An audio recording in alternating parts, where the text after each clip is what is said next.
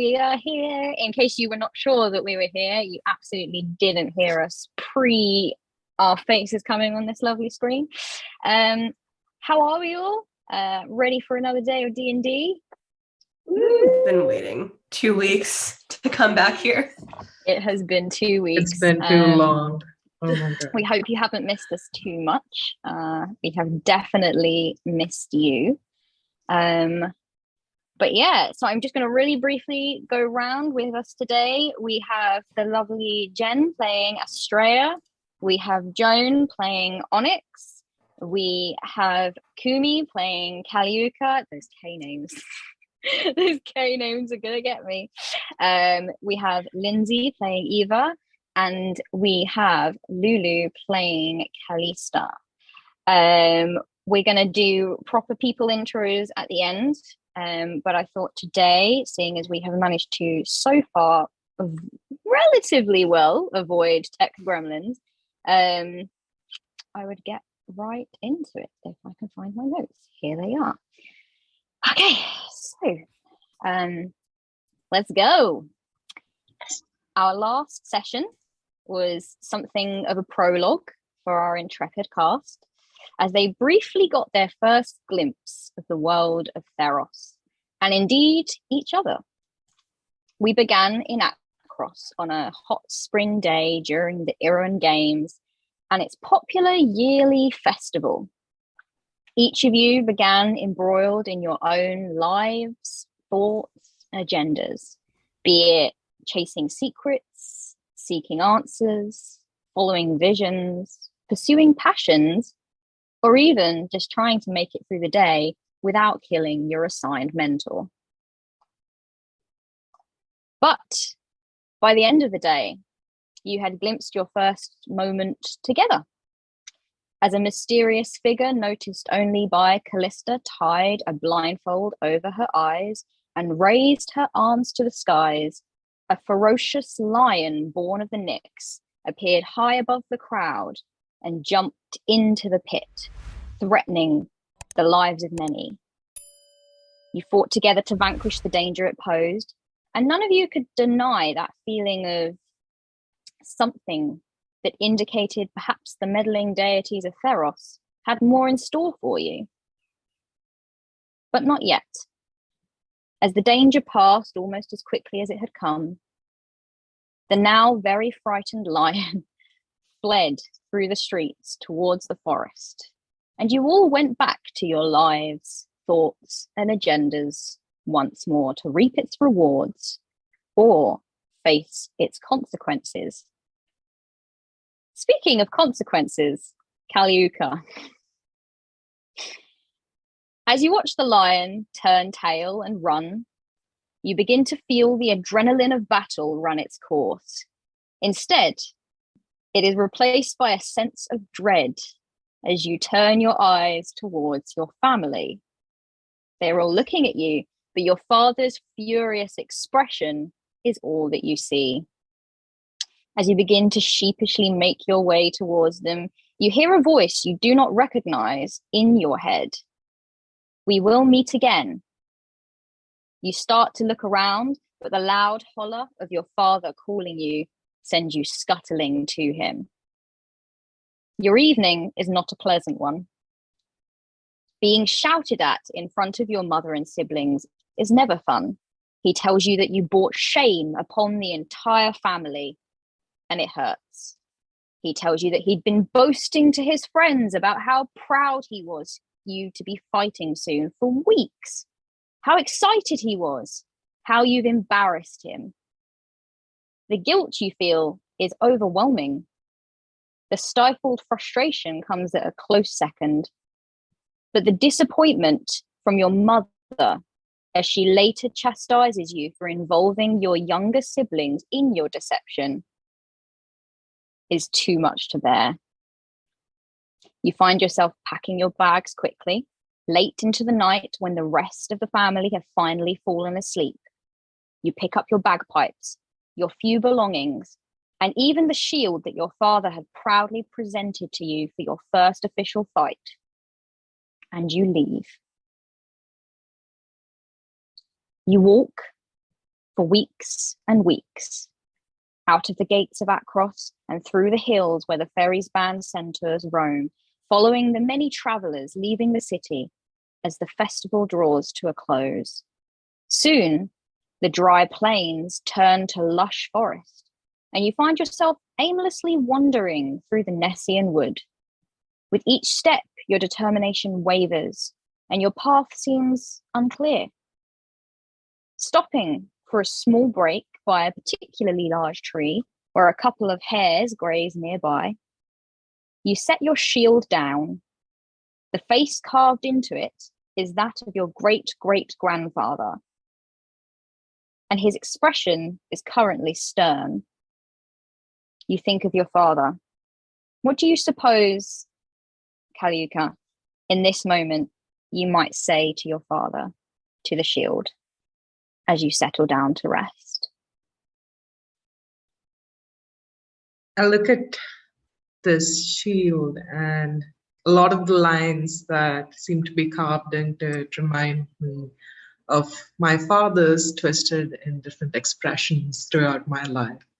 I see him as my stern mentor, handing me my Morning Star for the first time and telling me that I will be a champion Goliath, just like everyone else in my family.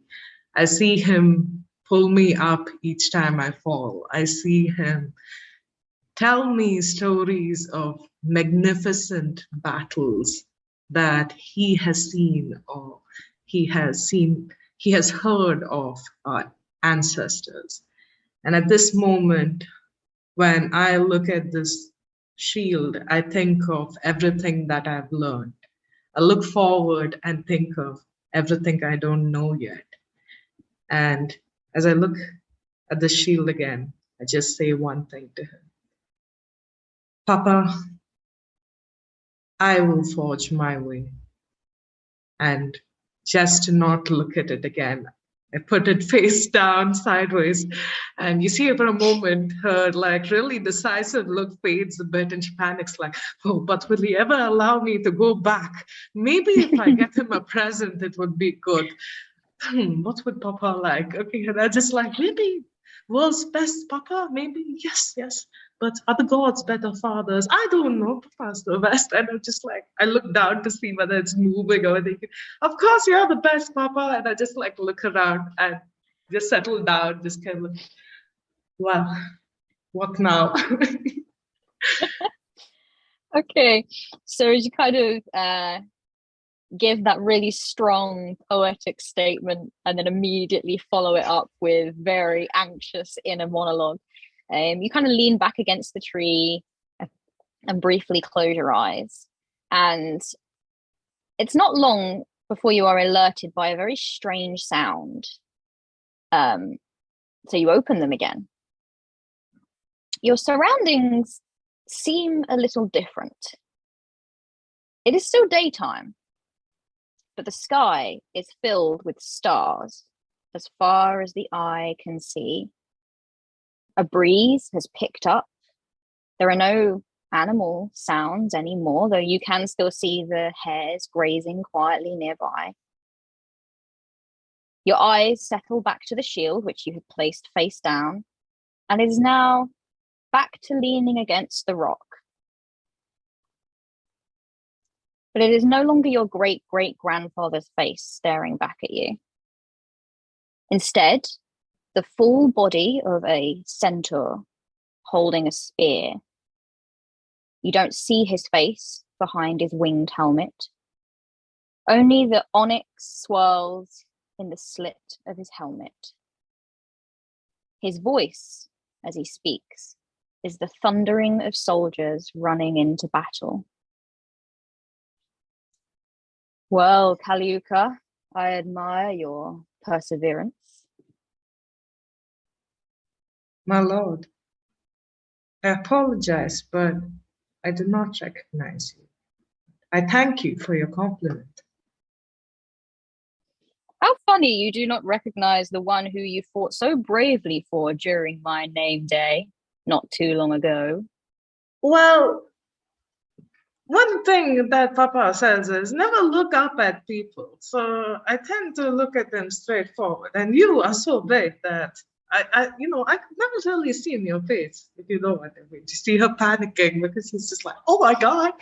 Okay, it's like, this is my Calm God. down, Calliope. You're not in trouble. Are you sure? Are you sure that Papa didn't send you to tell like, bring her back, tell her she needs to fight? I don't want to fight. I really want to play this. And you see as she just kind of like pulls her bagpipes closer. I really think that I could do so much more if I just was allowed to play music instead of fight. Fight for the innocent, yes, fight for the weak, fight for those who need it, but wouldn't it be better if I could protect instead of He kind of looks at you, or you presume he's looking at you. You can't even see his eyes. It's just a black void behind the helmet, and you just briefly make out the stars swirling around. And he says, yes, your father and the generations before have served me for many, many years, and I am very grateful for all that they do, but my domain does not just lie over victory in battle. It lies in perseverance, in dedication, loyalty. You display all of those qualities, Calliope. You do not need to fight to do so.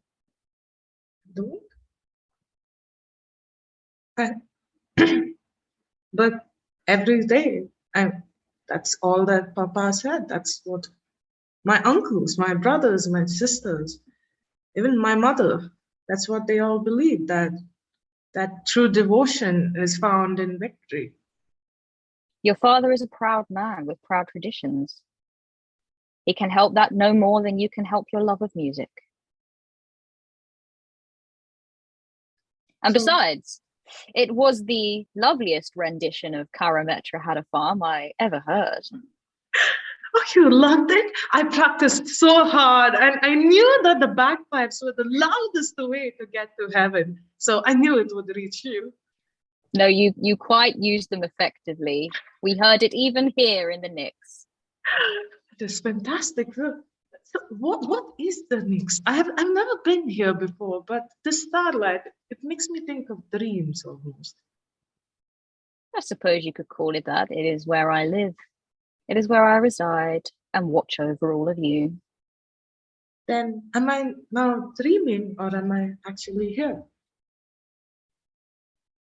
Both. Am I two people? So tell me, Calliope, what will you do now?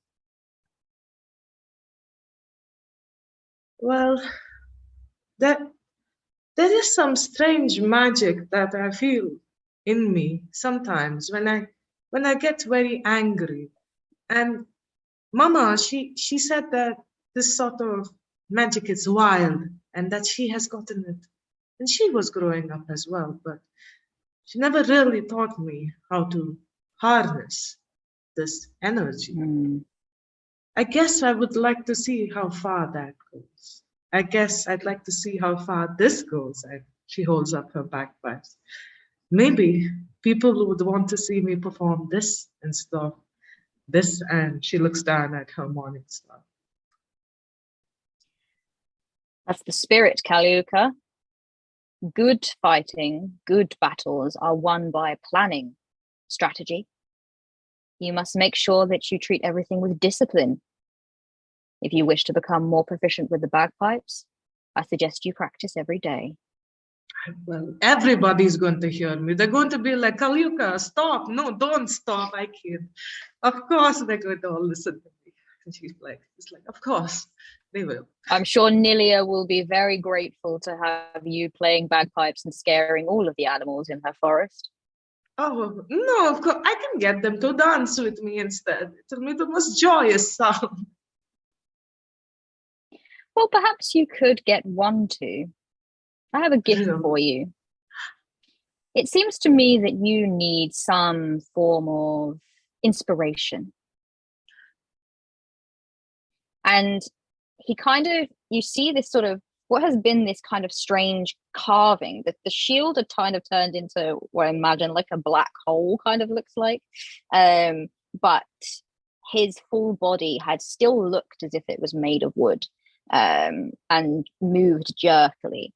And he looks towards where these hares are grazing nearby. And one of them looks up straight ahead of you, not facing you. And from its forehead, you can see a horn grows. Much like the unicorns of legend, but it's attached to a rabbit. And it looks up, and then it turns its head towards you and begins to hop in your direction. Little baby bunny, are you mine? Kind of sniffs at your hand and then settles down and begins to rub against you. Little baby, everybody in my family starts with the K, and you are family now. So I call you Little Caillou. And you see, as she just starts like patting the head and, just trying not to pat it. I hope you don't mind me touching your horn, but this is a perfect present, God. A horny pet for a bath. Ha ha ha. And she's like, I'm so sorry. Caillou, you are very pretty and very cute. Would you like to dance to a little song? And I place her down and pick up the bagpipes and start on like Twinkle, Twinkle, Little Star. She is sweet. She does enjoy music, but she's fierce as well. I'm sure you will take to her. She is And I like adorably that, fierce. calling her a name beginning with K. It is good to remember tradition even as you break it. I hope that I do not disappoint you. And I hope that one day I get you to dance on all fours as well. There's a sort of pause, and then he says, "Oh, Kalyuka, I'm sure that you could never disappoint me." And as with any conversation with a deity, it seems so nurturing, but there is always that veiled worry of what could happen if you did.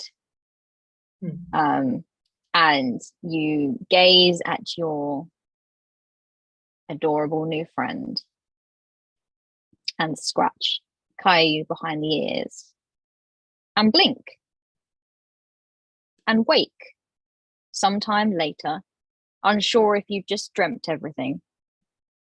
Your great-great-grandfather's face does, however, stare at you from the shield, now affixed with a smile, winking at you cheekily. Caillou nibbles at your hand affectionately. So, not a dream then, but not awake, just as he described. You journey onwards, and eventually you reach the great city of Setessa. You marvel at the way a forest of trees can so suddenly become a city of them. You make your way through the open Abora market, which is exceptionally busy, further and further, the distant sound of music drawing you deeper, diving amongst buildings and vines alike. You walk out into a large square where a troupe is playing music. You see many guards posted, and distantly a procession is making its way towards the plaza. Before you can do anything else, however, a hand clamps around your shoulder and you hear a female voice behind you. Hey, you're not supposed to be here. And we shall leave you and move on to Callista. We last left you gazing around at the four people you've been tasked with finding. Their essences draw you in just as they did in your dreams. But the same whisper you've been dreaming of stopped you from approaching just yet. And so before using the cover of chaos to lose your fellow temple delegates, you close your eyes and reach out to each of them. You watch as the Goliath and the Setessan warrior look around in confusion for the source of the voice, though you don't manage to catch their eye. The half-elf is a little more astute, and she meets your eye, cocking a quizzical eyebrow. Reaching out to the Kenku proves a little more difficult, however, and try as you might, you are unable to connect with her mind. It's the first time you've experienced this. You are met with the sound of silence. And so, smiling a little at the half-elf, you disappear. And you begin to wander the city. Day turns to evening, and ducking and diving as best you can to attempt to avoid anyone who looks official and plan your next move. In the end, you settle on a particularly secluded alley, and at one point you hear one of your traveling companions wander past with a guard attempting as best they can to describe you. From behind, a voice rumbles. Sounds to me as if they are looking for you. You jump and turn in one motion to face a tall leonine with dark black fur and golden eyeliner patterns around his eyes. He smiles a very toothy smile and introduces himself as Jericho. He offers to help you hide and give you a place to stay. He recognizes immediately that you are dressed in the garb of an oracle of Avara. So he asks only for healing and your gifts to aid him in return. And you accept. A full month you remain getting to know Jericho's small but loyal band of vagabonds, thieves, and informants. You even grow fond of them as they attempt, mostly unsuccessfully, to teach you elements of their trade. And then the visions start once more. You are walking through a city that is surrounded by and one with the trees. You've never seen Setessa before, but you can only assume that this is what it looks like. What stands out for you immediately is that seaweed lines the trees and interweaves itself from branch to branch, building to building, forming a trail of sorts. You follow it, wandering through deserted streets, and still, even here in the middle of the woods, the distant sound of the sea. Still, those strands call to you. The summer thunderstorm, furiously scouring book after book for a mystery solved. The battle-fueled chaos of the Nyx, driven by vengeance and purpose to find and break a burning spear. The swell of music, desperate to seek a calling denied by those they love. And again, that infuriating sound of silence. They are here. They are here, comes the whisper as the strands once more begin to braid themselves together. Here is where you will find them. But the clouds roll in and the waves crash hard against the rocks. You hear a soft chittering and see movements out of the corners of your eye in the shadows. That is not all you will find. The chittering becomes louder, and a giant 8-legged shadow creeps up behind you. You turn in horror and wake. And so with Jericho's blessing and contacts, you leave Akros behind and you begin to make your way to Setessa. You stop at many places along the way, staying for a few days to provide insights, blessing, and healing where possible. One of the villages that Jericho talked about in the Nessian Wood, Oak Glen, is gone when you arrive. There is nothing left but ashes. You move on quickly and reach the City of Trees. You don't need the seaweed to show you the way. You've walked the trail every night for 30 days. You move through the buildings, straight to the plaza, and are stopped by a guard. She tells you that as a stranger to Setessa, you are not welcome any further than the market. she begins to guide you back. And just as you are considering using some of those skills that Jericho has taught you, a voice stops you both in your tracks. Stop. She is no stranger to Setessa. She walks the streets as if she's been here 1,000 times. The guards turn and immediately bows her head in deference to a large centaur with long braided hair and silver dapples along her coat. Forgive me, Silverbrow, I did not recognize her. You wouldn't, but I do. She turns to you and you see that Silverbrow wears the sash of an oracle. I've been dreaming of you, Callista.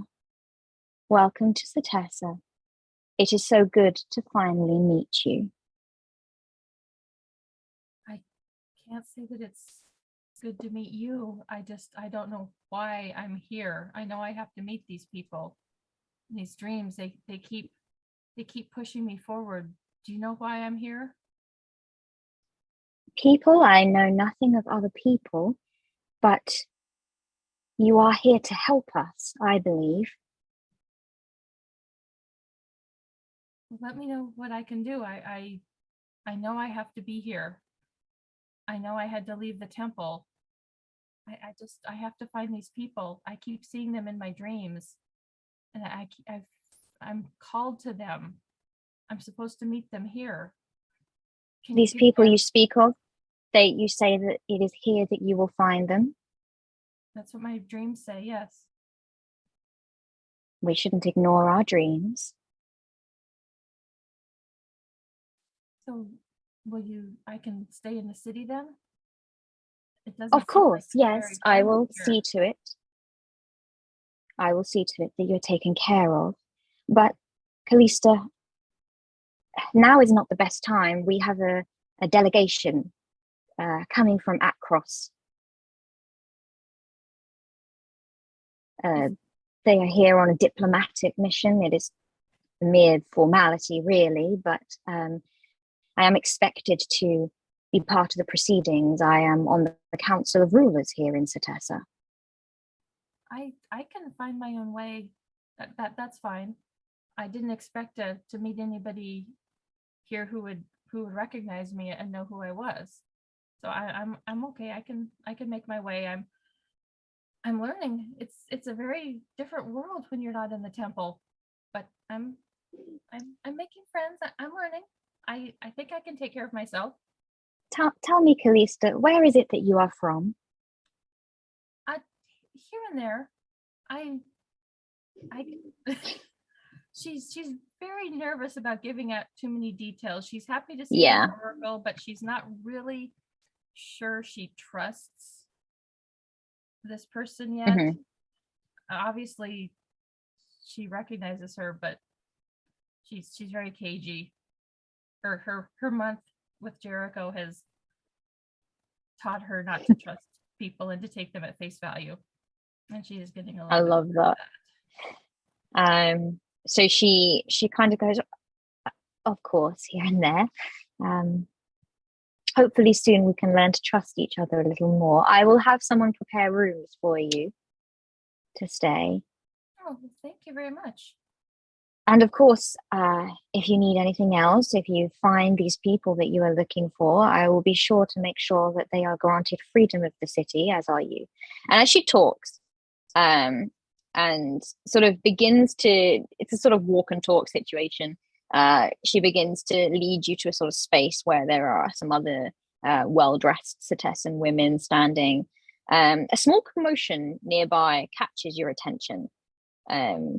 Your divine sense begins to thrum with the pounding drums and the low drone of a bagpipe.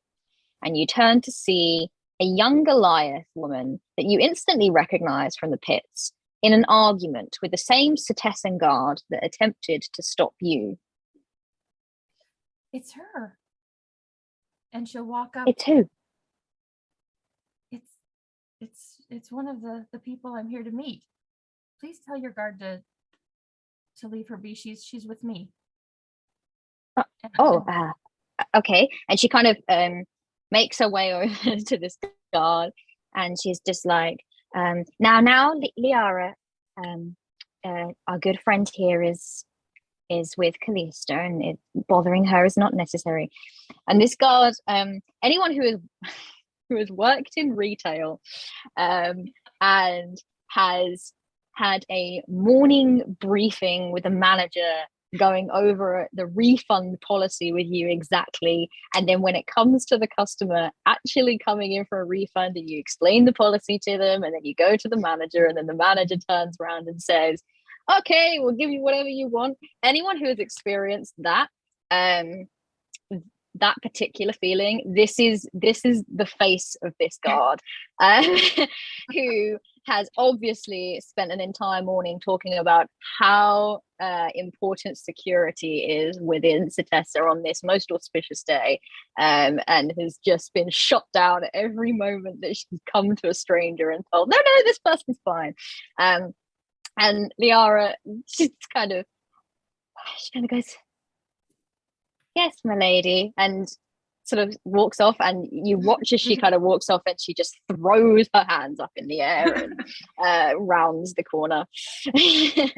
And Kalyuka, you were one moment arguing with a guard who was attempting to slightly rough handle and then manhandle you away from the buildings, and the next moment this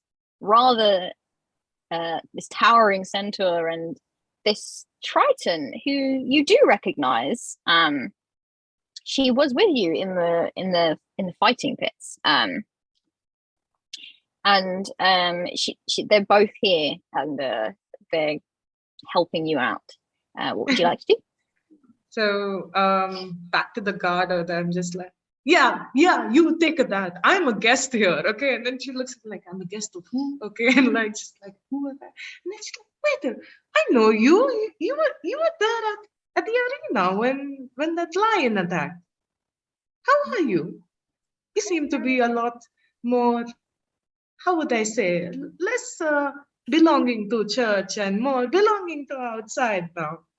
I'm trying. I'm getting there. It's good You to look see you. good. Do you want to meet someone? And I take out this little hand. I'm like, this is Caillou. I kind of ran away from home, so she's been keeping me company. You could call her my best friend, but we could do with more friends. Do you want to be friends? I'll tell you a secret. I kind of ran away from home too. So it's fun, right? It's different. I've never really had to take care of myself before, but I'm learning, and I could really use a friend, and I've been looking for you, and we have to find the others. Really? Wait, I don't know why. Which others? The others that were in the fighting pit with us that day. I don't know why, but I know it's important that we find them. Oh, so nobody is like put bounty on us or anything, right? Like they're not just going like, you release the lion back into the city and now we want you all, and they're like, we come back and take you down to jail. No, that would have been great. But just had you I was a all little on the scared run. there because These people are responsible. I thought Gesto was code name for take them prisoner. No, I'm not sure why. I just know that I have to find you. I'm not sure what we're supposed to do.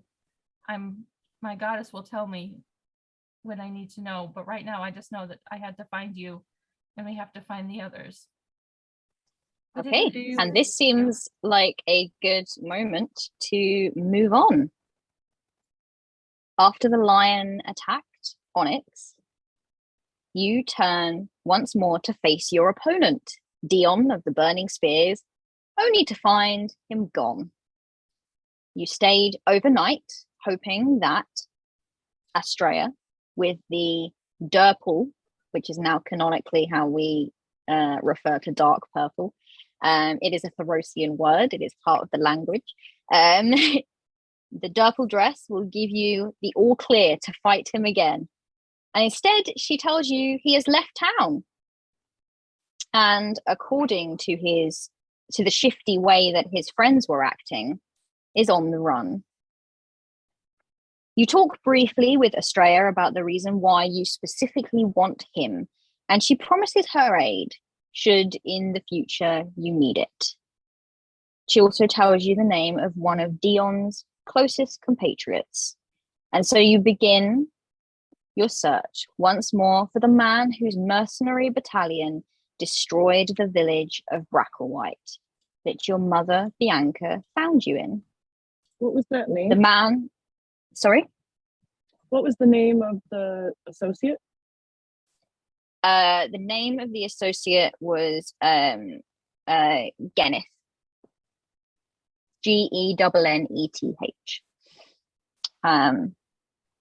And you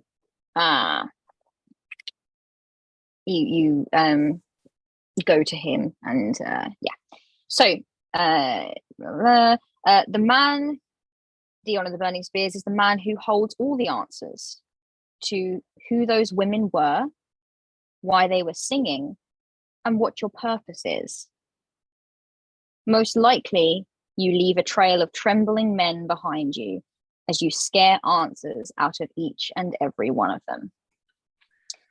The chase takes you out of the city of Akros and on the path back towards your Setessan home through the rolling hills of grassland. You are then directed further north towards the plains of Areskot, mostly populated by Leonine communities that are wary of those that worship the deities. Your methods of scaring answers out of those you seek becomes less and less effective. These tribes have seen much and renounced the gods themselves. What have they to fear from one warrior, no matter how fearsome she is? Meanwhile, Eva, as you made your way out of the city, you couldn't help but think back to the warrior back in the fighting pits, with purple skin of starlight. No doubt the chaos of the Nyx runs in her blood. You are surprised, however, that for someone whose whole life is dedicated to the collection of secrets, you have never heard nor come across her before. Setessa is a large city, but this strange occurrence fascinates you. Almost absent-mindedly, you make the decision to camp out on the path to Setessa and see if she will cross. And you are not disappointed.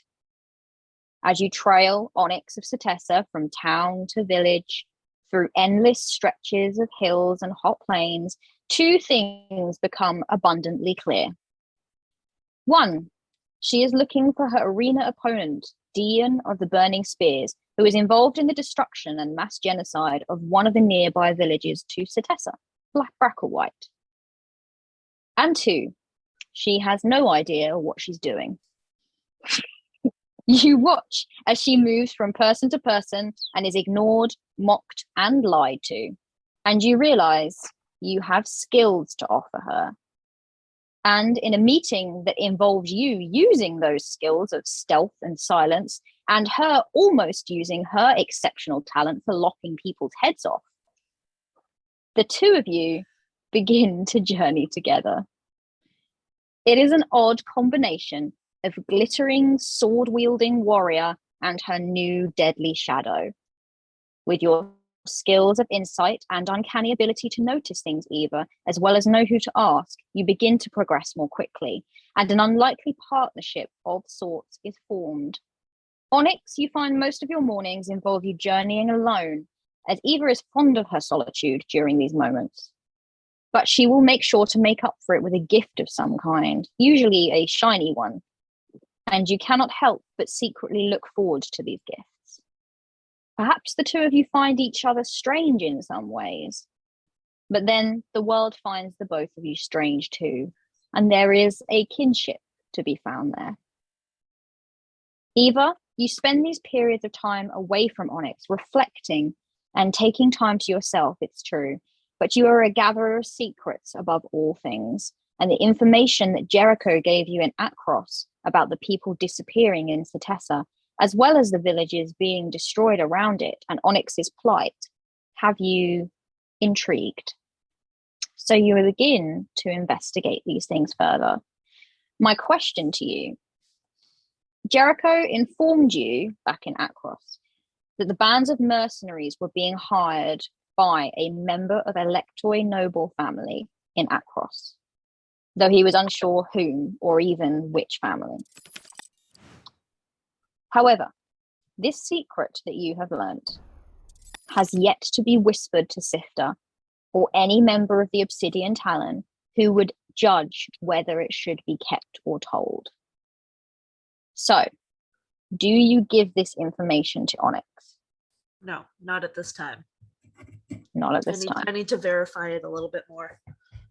No Before worries. feeling comfortable sharing it.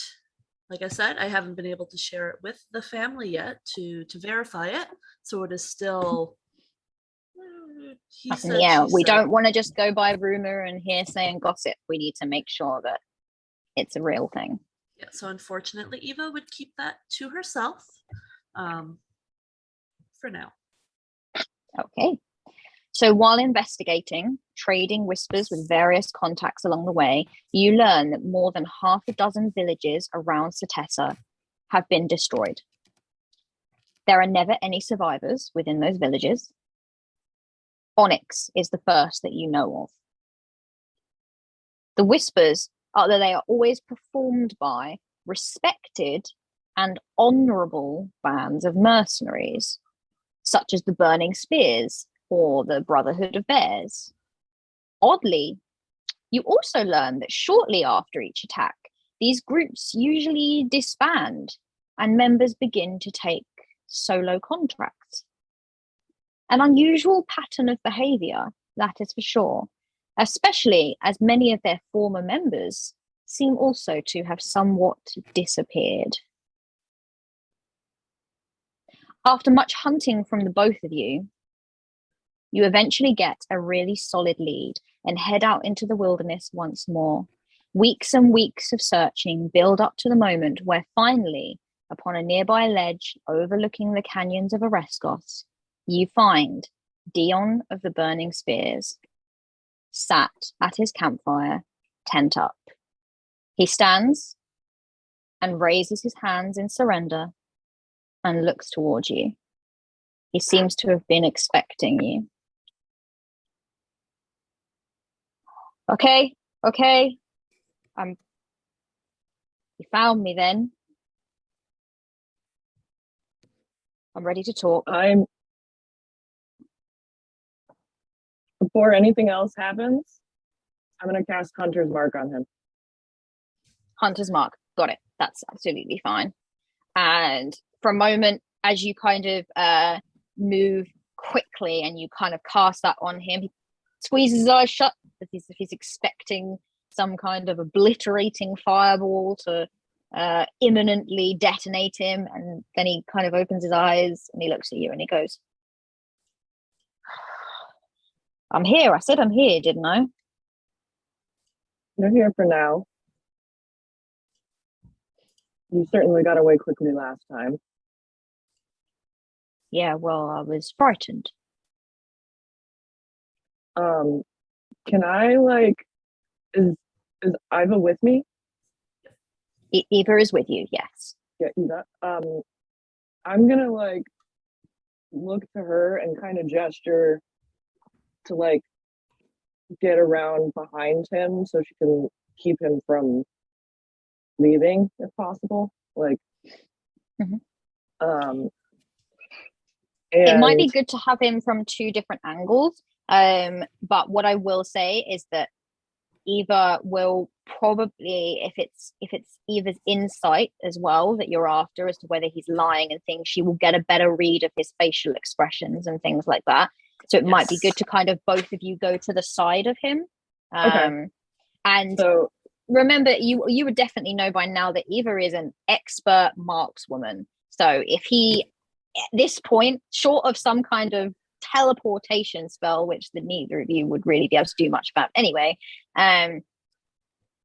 if he tried to run, she would pretty much be on him. Gotcha. So instead of saying I gestured to go around, let's say I gestured to be keep an eye. So yes, and the two of you kind of split. So he's Eva forced to will kind of see that sort of hand gestures, and she's just going to kind of cock her head to the side, look over at Dion, and just kind of like hop her way over towards him, sort of in an almost nonchalant way, but she just has an air about her as she goes that is a do not mess with me. She will, as he's speaking and explaining himself, she will insight, which I do have a passive 19. Yeah, that's fine. True. I've got that. So- And yeah, so he, as you kind of hop towards him, he kind of falls back. And he was sort of sitting on like an outcropping of rock. And as he kind of like steps back, he kind of trips back and lands flat on his ass. And he's kind of, okay, you're not gonna hurt me, right? I said I'd talk. All right. And Eva, your passive insight, he looks tired. This is a man that has been running and clearly knows that he has been pursued. So it's not that this is a surprise that the two of you are here. He understands that you have been chasing him for a long time, and he is so tired right now. So, sort of noticing that tiredness, Eva's going to sort of reach into her cloak a little bit, maybe a little intimidatingly.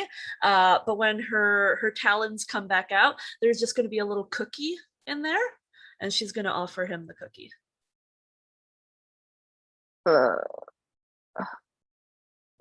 I already ate, but thanks, I guess. And he just kind of takes it, and you can see him kind of analyzing it. He's looking at it like someone who is pretending to understand poisons would look for poison. Like, She's not gonna poison just like, you. does this look safe?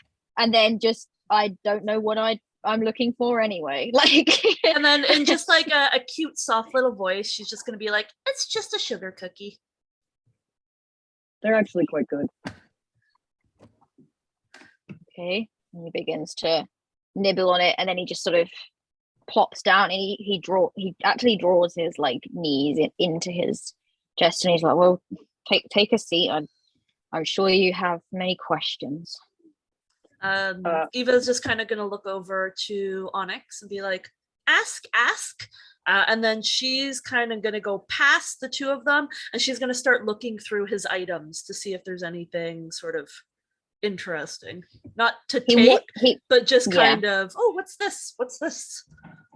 He watches, but he doesn't make any moves to stop you. He really knows that you've got the jump on him, so he can't really do anything.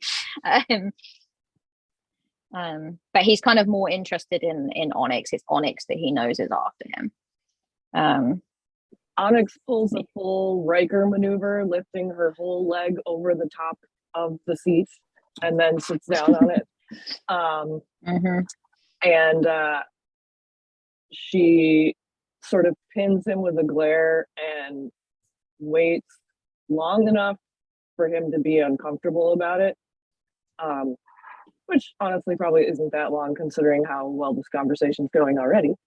And then I was going to say, the last time we talked, I had a question for you.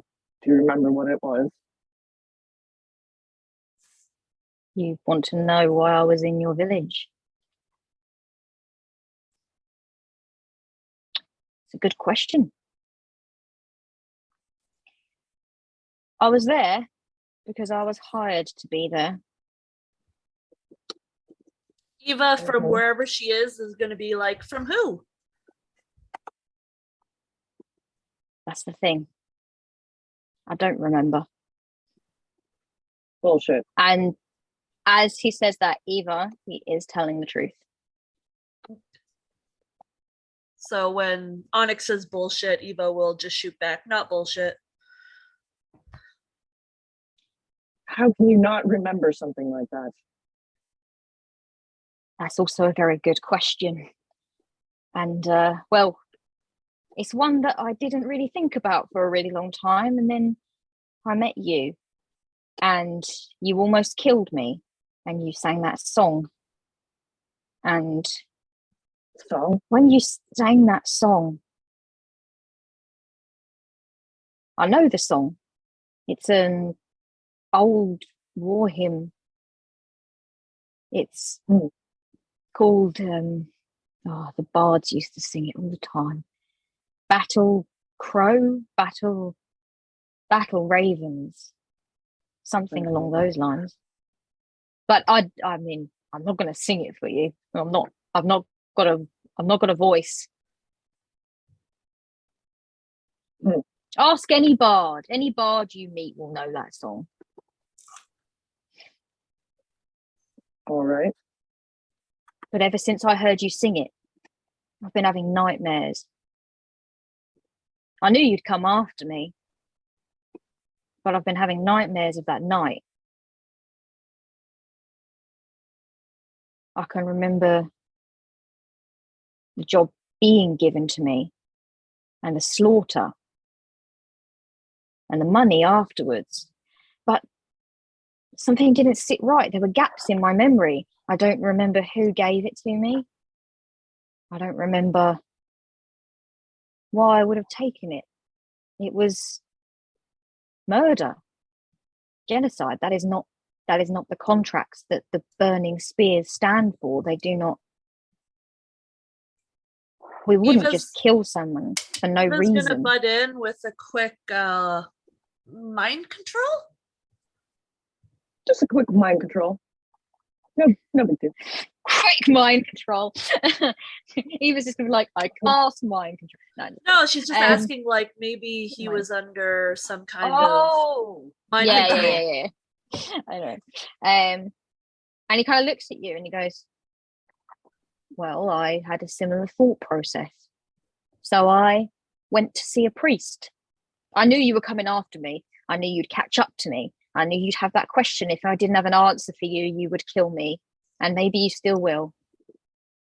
But I did, after seeing him, he performed some divine magic. He first served as a Crufix. Crufix knows about lost things, including lost memories. That is going to get Eva's attention, and she's gonna, turn from going through his bag and kind of hop over to him. Wandering priest he was. He didn't really give me anything other than his blessing, and he performed some magic, and I remembered more. I remembered my captain was offered the job to slaughter a village of women outside of Natessa. The village was called Bracklewhite. My captain asked why. Were they rowdy? Were they murderers? Some kind of cult? We are honourable. We were an honourable band of mercenaries. But we were offered a lot of money. But I do remember now. My captain refused. I was certain before the priest had done his work that my captain accepted, but now I remember he refused. And then I remember a woman. She was with whoever gave the job. His face is still in shadow to me. But she looked human, maybe with some elf blood. Some long blonde hair, beautiful face. And she did something to us.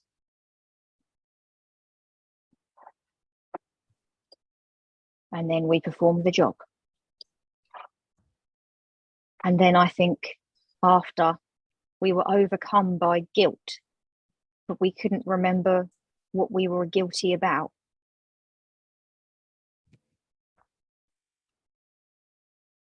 Something felt wrong, and we thought that we committed some terrible act. Iroas was angry at us.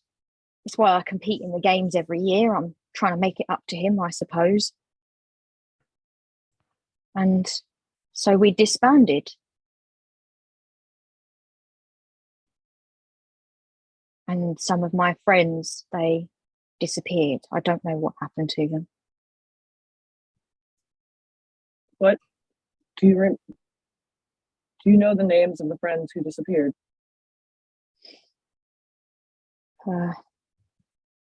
Yes, I could give you names. Let me just get a name down. Sorry. That's okay. One of them was Tobias. I don't know his last name, but he was quite well known. He was from Miletus.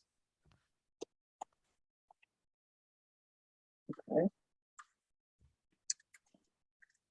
And Darin was another. Darin Stronghand, from some village not far from Akros. What was the commander's name? Commander Elmar. Elmar Ventris.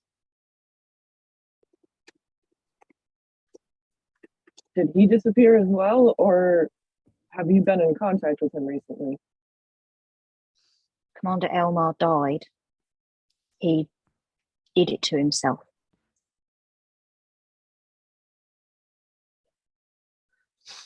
And I never found out why, but now I think it's related.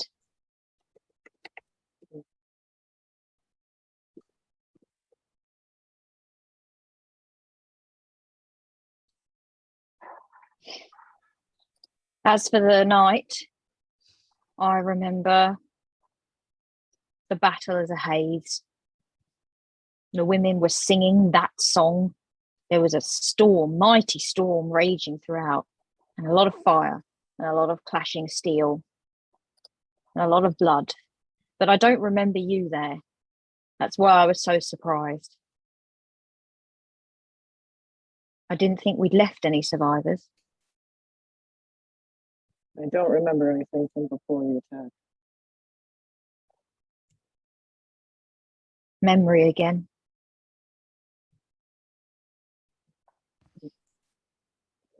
I think. I'm sorry Go ahead. about what happened.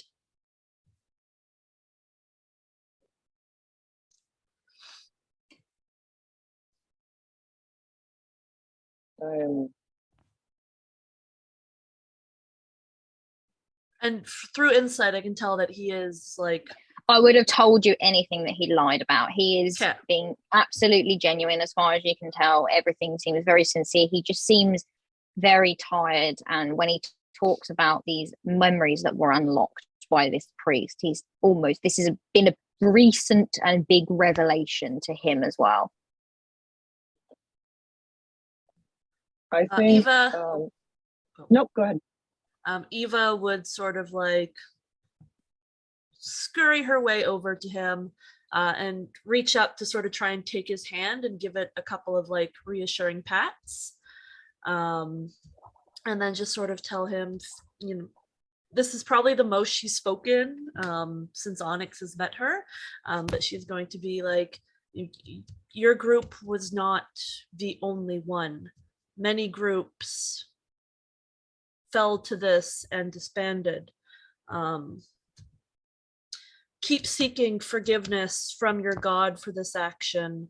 And if you want to really, really help, this is happening to more towns, more villages around Satessa. I think the best way for you to regain honor is to help and maybe protect these towns. And I think through that, you will get forgiveness. And she You just say kinda, that all out loud? Yeah. This is like the most she's ever spoken. Yeah, I'm like standing over here like. Onyx, you had no idea that Eva had this command of the English language. You just assumed that or the common, I should say. You just assumed that she just like rarely spoke. Have been like gestures and whistles and like 3 or 4 words at a time. That's been like the majority of our conversations. And I'm just like, It's like if your dog suddenly started speaking Shakespearean iambic pentameter. Yeah. Eva That's would kind of probably vibe. notice the gaping jaw, and she'd kind of look over to Onyx and be like, "Crew picks inspires," and then we'll continue to pet. Perfect inspires. Yeah, and we'll continue to pet his hand reassuringly. He will look at you and he'll say, I'd not thought about atonement. I'd not thought about that. I didn't really know what to do, if I'm quite honest, but I suppose really it's up to her. And he kind of looks at you, Onyx, and he says, I know you don't remember before, but whatever happened that night, you were there, which means you were connected to that village and those people. And I killed them. So I'm offering the choice to you.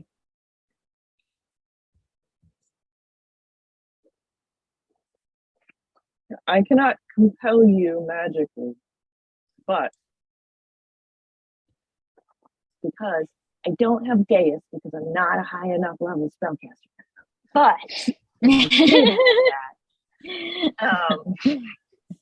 I've been trying every day, practicing. It just doesn't come.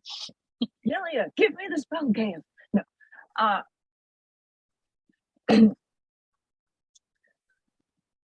You should go to the nearest temple of Nelia, give up your weaponry and your worldly possessions, and dedicate yourself to the service of that temple in whatever way they see fit to make use of you. Mm-hmm.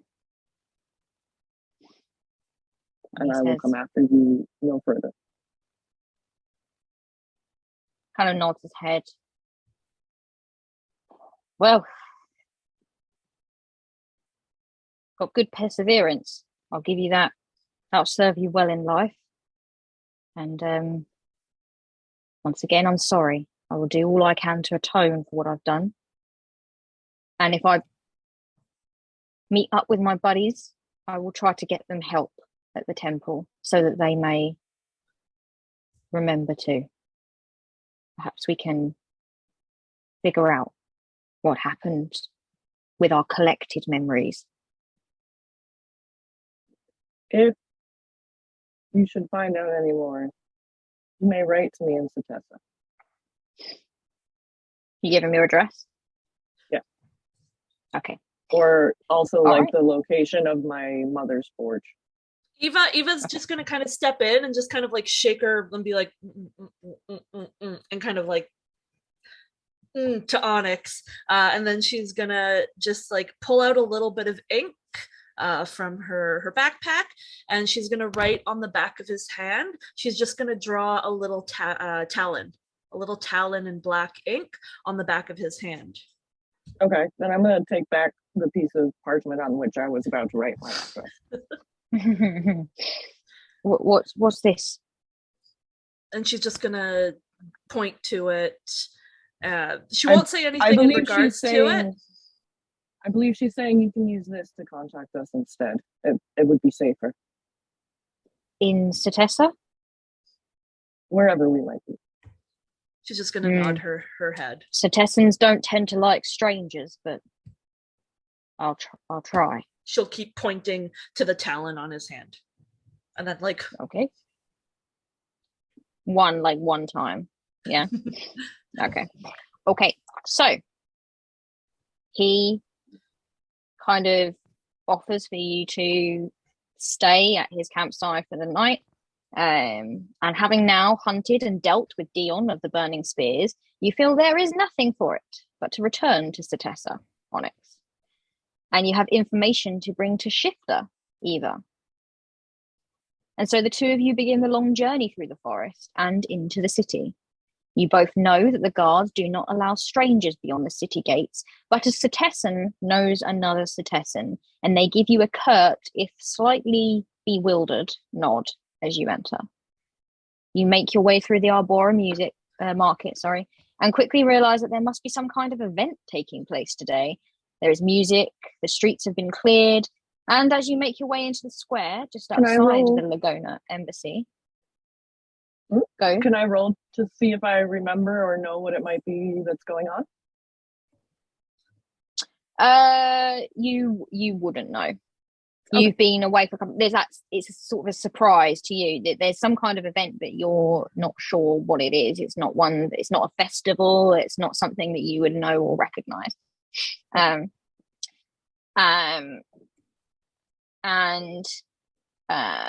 as you make your way into the square just outside the Lagona embassy, you see 4 of the 5 great leaders of Setessa: Anthusa, Phaedra, Nikita, and Callias. I see everyone wants to write those down. I will give those names as well and chat a bit later, like, don't worry. They are glancing rather impatiently towards the 5th, Silverbrow, the great oracle of the city, who stands with 2 somewhat familiar figures, the Triton and Goliath that fought with you against the lion in the pits of the Temple of Triumph 2 months ago. Surely it cannot be coincidence that you are all here together again for now. For your part, Callista, as the crowd shifts around Onyx and Eva to let them through, you notice them almost immediately. Sees Eva, she kind of gives a little jump. Eva kind of unnerves her a little bit because she can't read anything at all from her. But she'll look at Kalyuka and say, it's them. They're here. This must be a good Kalyuka, sign. you turn and you see that same Setessan warrior that was fighting in the pits, and that strange little Kenku that sort of appeared and disappeared into the shadows very quickly. Friends, hello. Did you find the lions? It's kind of like, oh, wait, are we supposed to talk about that first? Onyx is gonna kind of lean towards Iva and be like,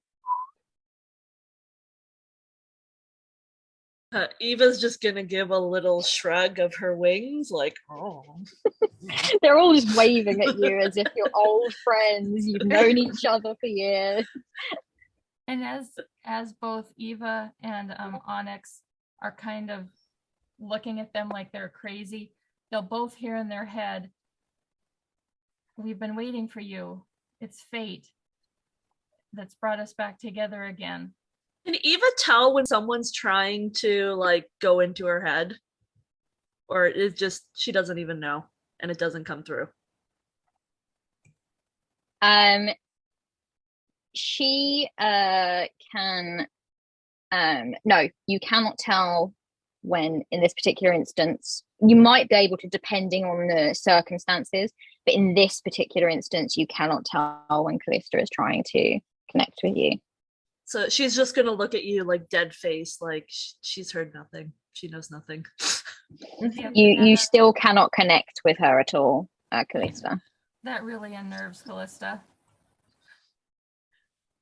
It's like you're just it's just like a wall, like you just hit like some kind of block. Static. Yeah, static. Onyx is gonna point at Kalyuka and say, "You familiar?" Yes, you remember the tournament at the Temple Yeah. of Triumph? Of course, Yes, so you were there, and I was part of the Bard band. Actually, I was supposed to be. No. You look a lot like this man that I met. You met Papa? That would, I suppose, It all yes. If that clicks was your together. father. Yeah. Yes, we're all part of the great Goliath gladiators. It's like a thing to fight that, but let's just say that I haven't seen Papa. You didn't make it in time to fight, did you? No, the fighting, it's not really my thing. I like to play this now, and she kind of like pushes the back first. And plus, I made a new friend as well. And, we don't really like to fight too much. And you see as like this little bunny with a unicorn horn almost just sticking out of that fluffy little top, just like peeks at you. And you might have like a slight inclination of recognizing the sort of magic surrounding it because you see like almost starlight captured in this horn. So Eva, having never seen anything like this before and curiosity getting the better of her, she is going to literally just like run her way up to the little creature and just kind of lift her hands up like, gimme, gimme. And Onyx, who is normally like stone cold serious and very like direct and front, is gonna see the little bunny with a unicorn horn and be like,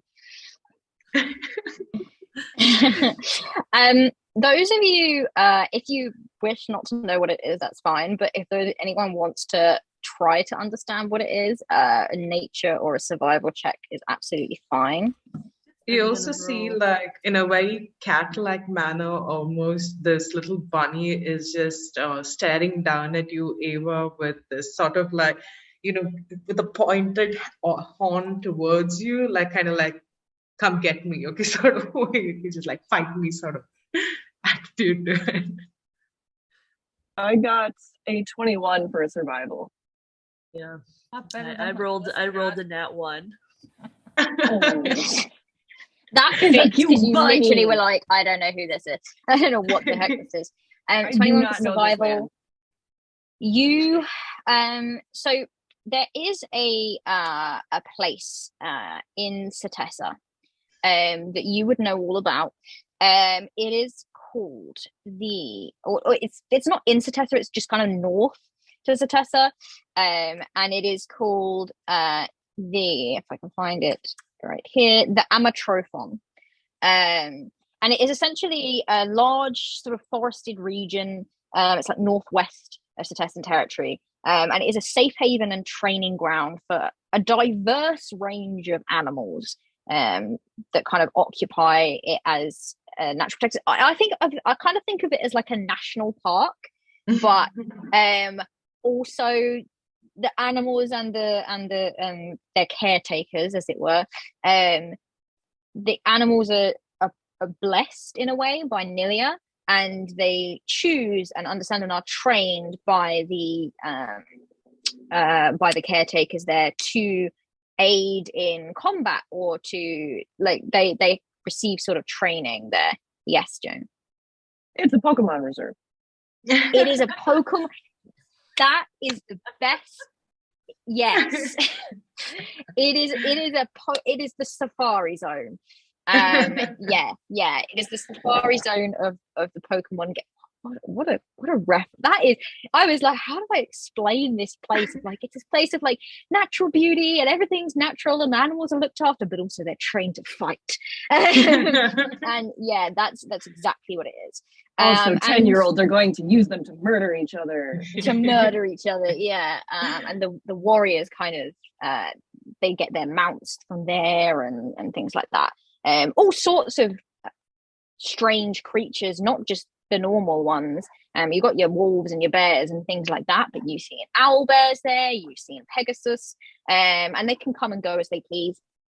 And you have seen a creature that looks like this, not with this same starlight that you see in its horn and eyes. This is definitely some kind of, a little like you, has been touched by the Nyx, as your mum likes to call it. But this one is but it is definitely just looks exactly like this one strange creature that you saw, a rabbit with a horn, and your mum's called it an Almiraj, Almiraj, and it is essentially just a rabbit that seems to have been born with this sort of with this horn. But yeah, this one definitely looks a little Nyx touched. It looks special. And it is at this point that all of your thoughts and Silverbrow has been kind of half galloping to keep up with you, Callista, as you're running from person to person. It's like another friend. and she this kind of large trumpeting sound resounds nearby, and you see who's at the start, Kalyuka. You could see a procession sort of on its way very far away up over the hill. It is now reached the city gates and is on its way in. And Silverbrow kind of says, well, that's them. The Acrosian delegates are here. And we shall head to a break now. And we shall pick it up again in around 15 minutes time. 10, 15 minutes? What's everyone feeling? 10? What's everyone feeling? 10? 10? Is that okay, Sarah? I want to play more. 10 minutes. Okay. Like 5 minutes. 5 minutes makes all the difference after I stop yammering on. Okay, so yes, we will pick it up in around 10 minutes time. So about 22. And we will probably meet the last of our heroines. Cool. See you in 10. Bye.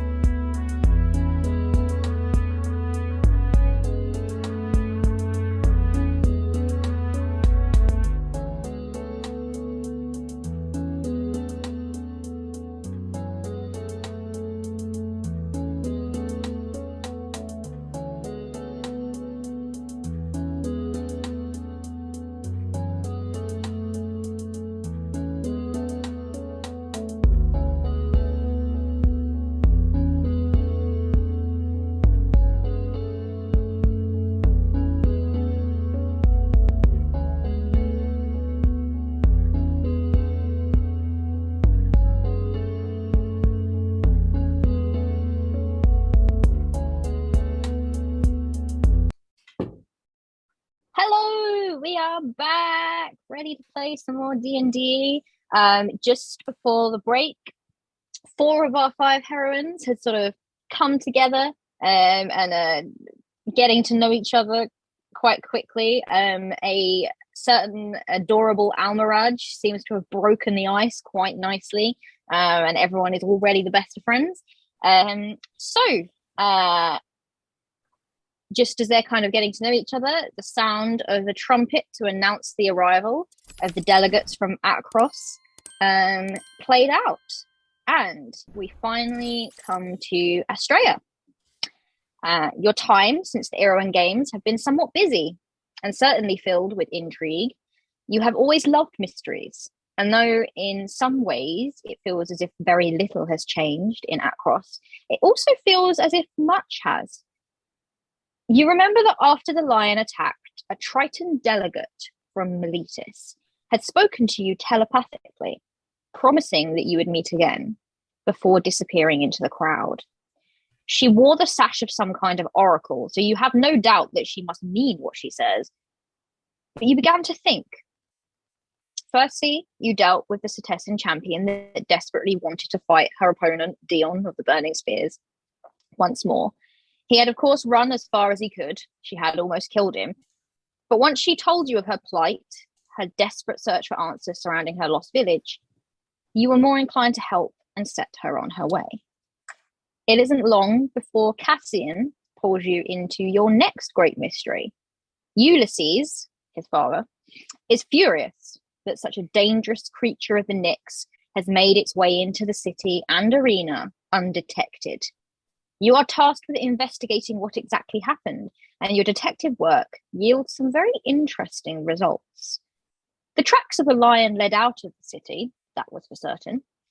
Eyewitness accounts from guards and civilian alike traced it running and heading in the direction of the Nessian Wood. But there are no signs or sightings of it coming in. This points towards magic as a potential source, especially as the lion behaved so oddly.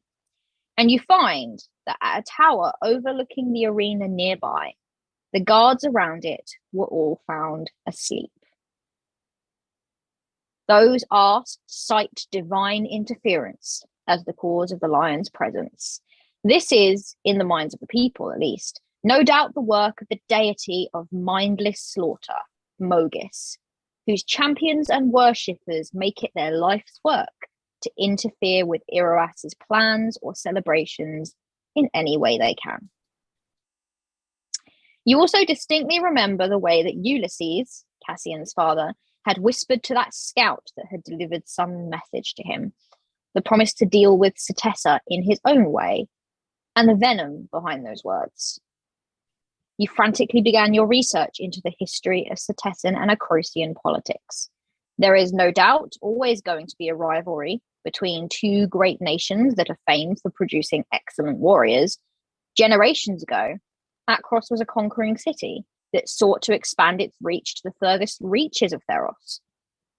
More recently, however, the royal ram family known as Krios, so Krios, that is, have sought peace with their fellow cities.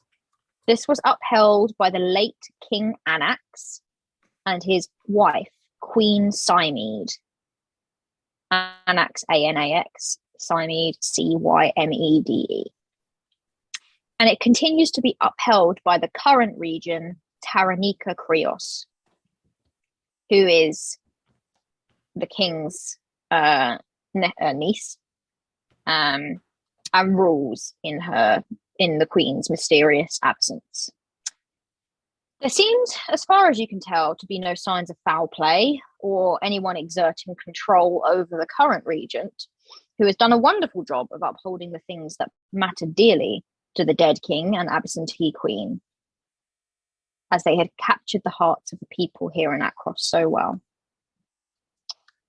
All other matters run as you would expect them to. Ulysses is fond of berating Cassian at every chance he gets, tempering himself only when he is in front of the royal officials. Despite Cassian's pig-headedness, you cannot help but feel a spark of pity for him, and the way that his normally proud shoulders drop in defeat with each lecture. Your quarrels with your mentor might get particularly spiteful at times, but in truth, you know that Cassian is not nearly as incompetent as his father makes him out to be. He has his head screwed on in a crisis situation. He's an accomplished fighter, and any respect he lacks from his men is mostly thanks to the Lord Commander's constant tirades. Nevertheless, while Cassian may be the one penning your letter of recommendation, you know that Ulysses will be defining its words. And so, Astraea, for now, you must bite your tongue. 2 weeks ago, the diplomatic visit to Cetessa was arranged. Lord Commander Ulysses was supposed to attend, but he has business elsewhere, and that will delay him for a couple of days. He has instead sent Cassian. And this, of course, means that you must accompany him as well.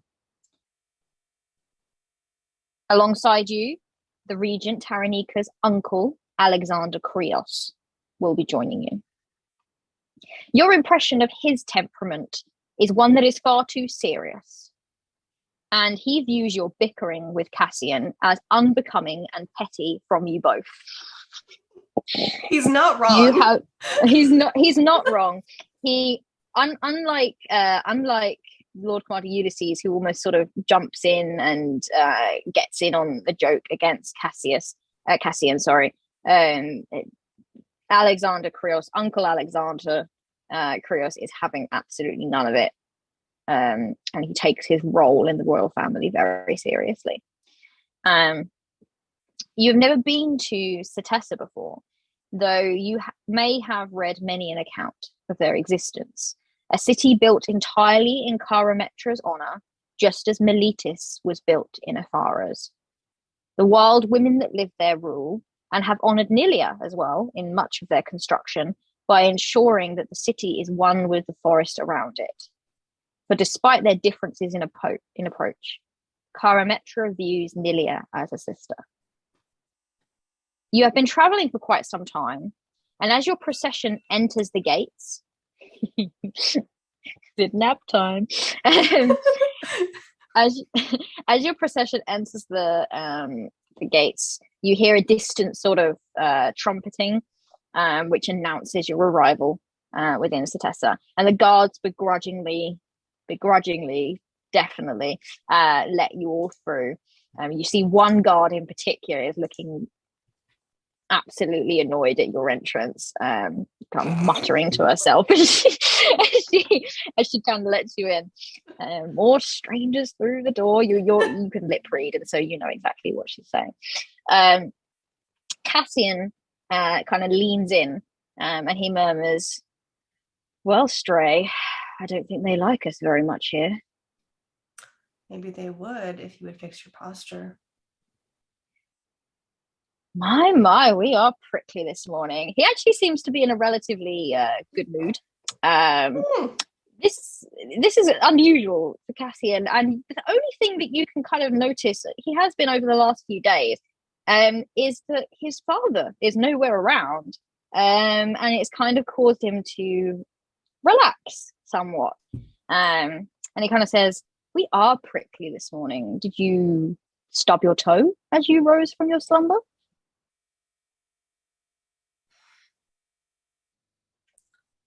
No, but some of us have the luck and the fortune to sleep peacefully, while others, as she glares at him, snore loud enough to shake the mountains. He kind of looks at you a moment. He goes, "Well, I was only asking out of concern for your health. Such an injury would surely send you to your deathbed were I not there to look out for you."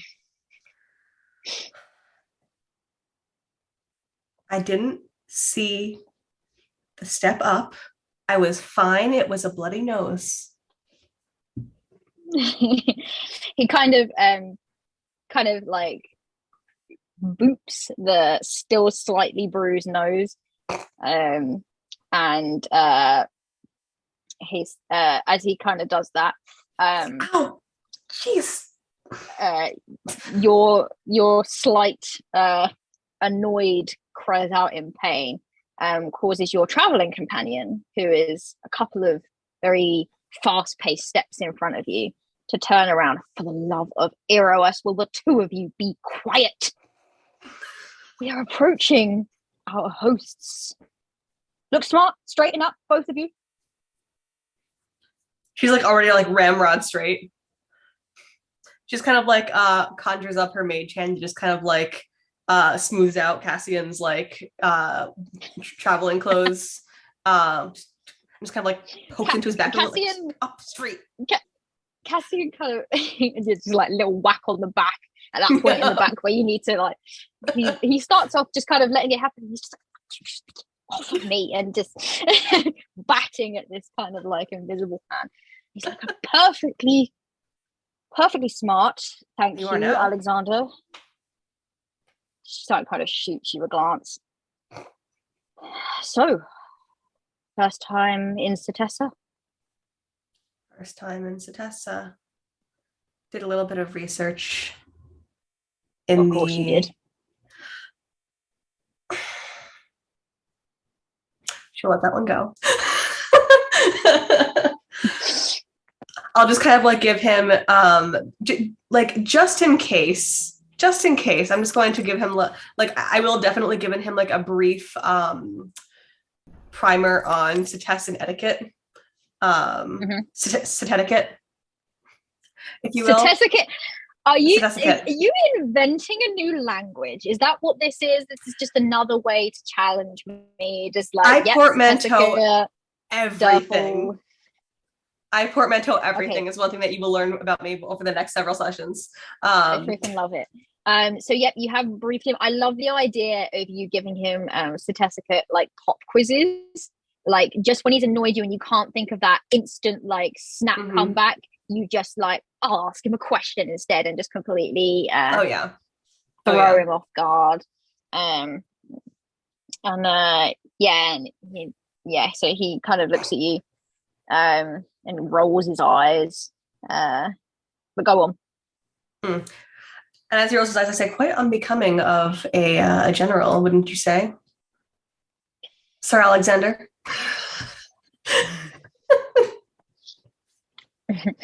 And equally Cassian then goes, General Alexander, many refer to Astrea as a lady, and I'm not sure that I see the qualities there. Uncle Chris, I'm just going to call him Uncle Chris. Uncle Alexander is not your uncle or Cassian's in any way, shape, or form. But he just kind of turns towards the both of you and he goes, "We are 10 steps away. Can the two of you just please smarten up, stop bickering, or I will report this to your father." And he looks at Cassian as he says that. And Cassian's like,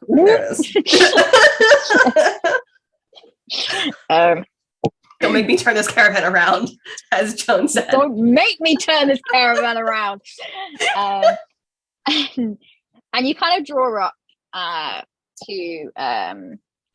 into this kind of small square, and a crowd has congregated. 4 women dressed elaborately step forward and introduce themselves as Anthusa of the Laena Tower, Phaedra of the Hyrax Tower. Yes, that's right. I have extended their names. You wrote this all down. But again, I will give you this information in the chat, don't worry. Nikita of the Bassara Tower and Callias of the Ophis Tower. You roll a quick history check for me. Is this the first roll? It's the first roll of the session. Is it? Let's see. I think so. No, you're not.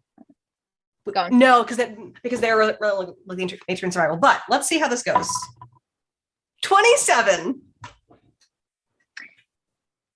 In the words of Cassian, of course it is. So,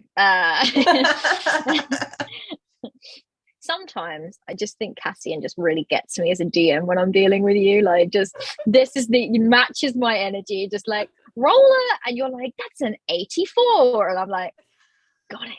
Right. It makes you feel any better. Okay. Like, I haven't had a cause everything to you use need to my know about the passive story. investigation of 23 yet, so I'm so sorry. I mean, is there any point in even getting you to roll an investigation check? I don't think so. Yes. Just in case I get a natural 20. The entire point of D&D is to torture the DM collectively. Yeah, I had heard that rumor. Okay.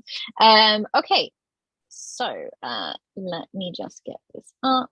So you basically know the towers that they are referring to are the sort of different towers that are there for the defense of their city.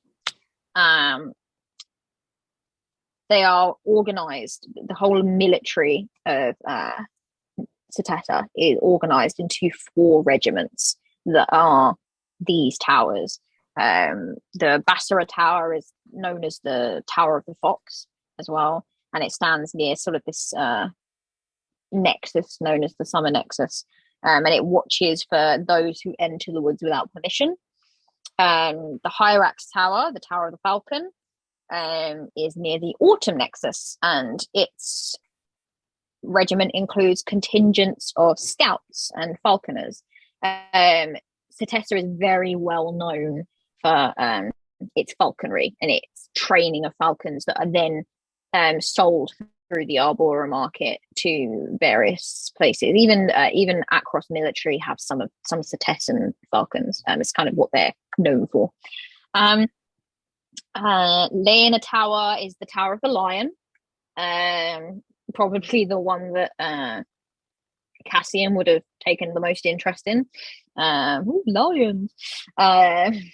And it is dedicated to the defense of the poly and the training of the poly's children, because Setesa is known for, a lot of people bring orphans to Setesa to be taken care of, because Setesa, as well as its kind of military warrior background, is also known for its very nurturing, mothering,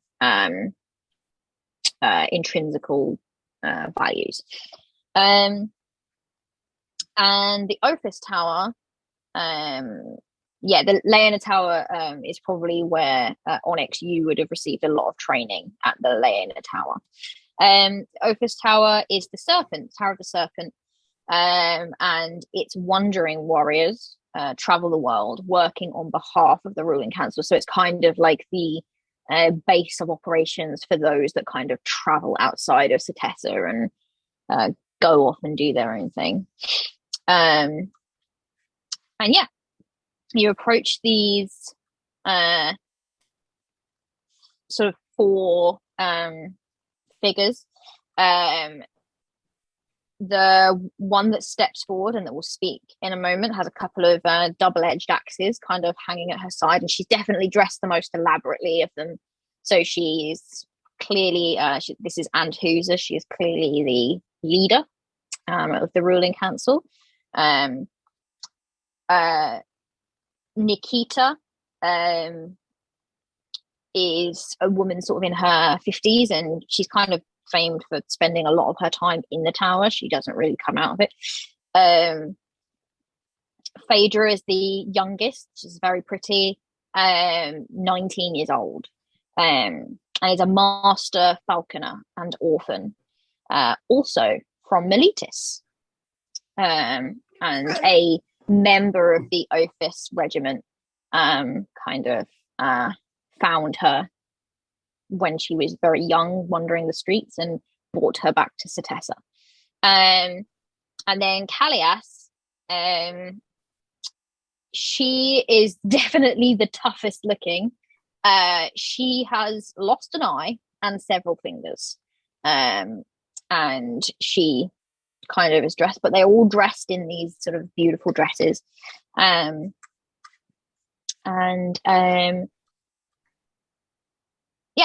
So, and who's the most elaborately dressed, clearly seems to be in charge. She sort of steps forward. Welcome, esteemed guests of Akros, to Satessa. We are humbled and honoured to have you here, of course, and hope you find your stay comfortable.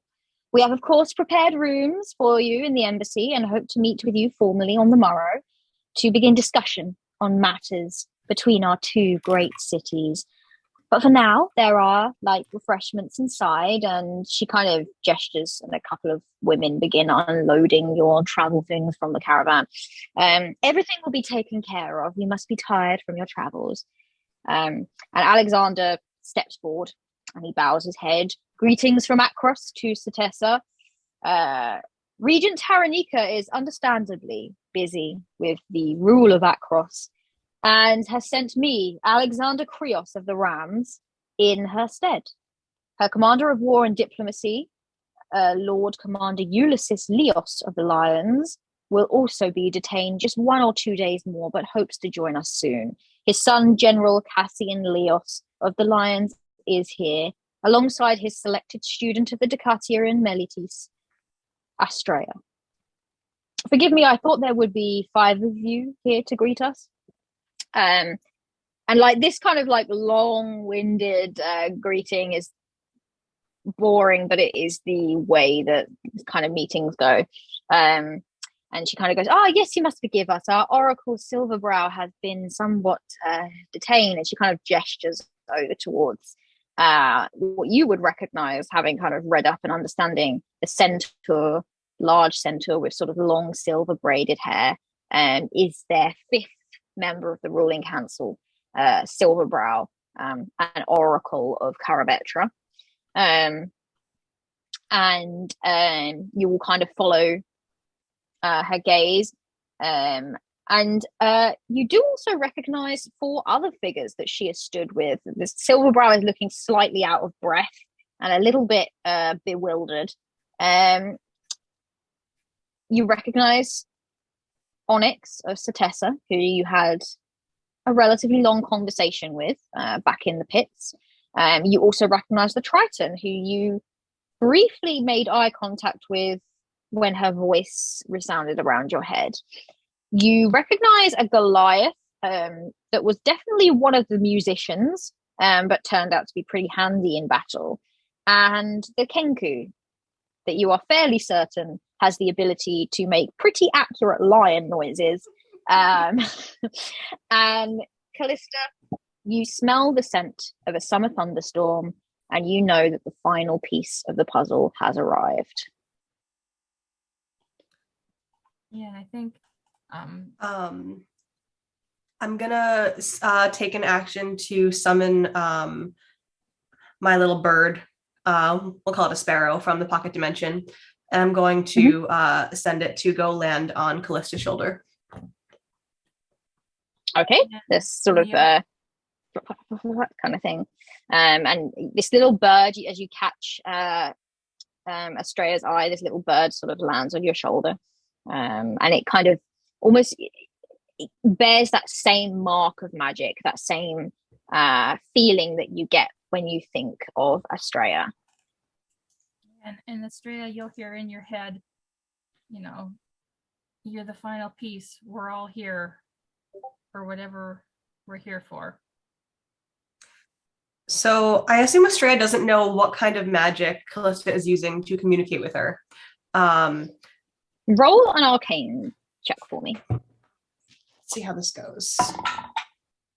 16. 16, you maybe don't know the specifics necessarily. It's not a reach though. You have heard of telepathy. You've never seen it in action before. Or so I wouldn't really know whether or not I can respond with you. You wouldn't know, no. Okay.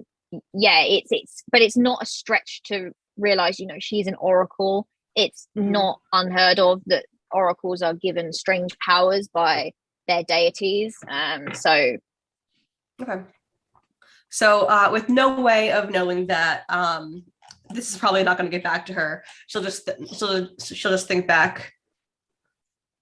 I'm working.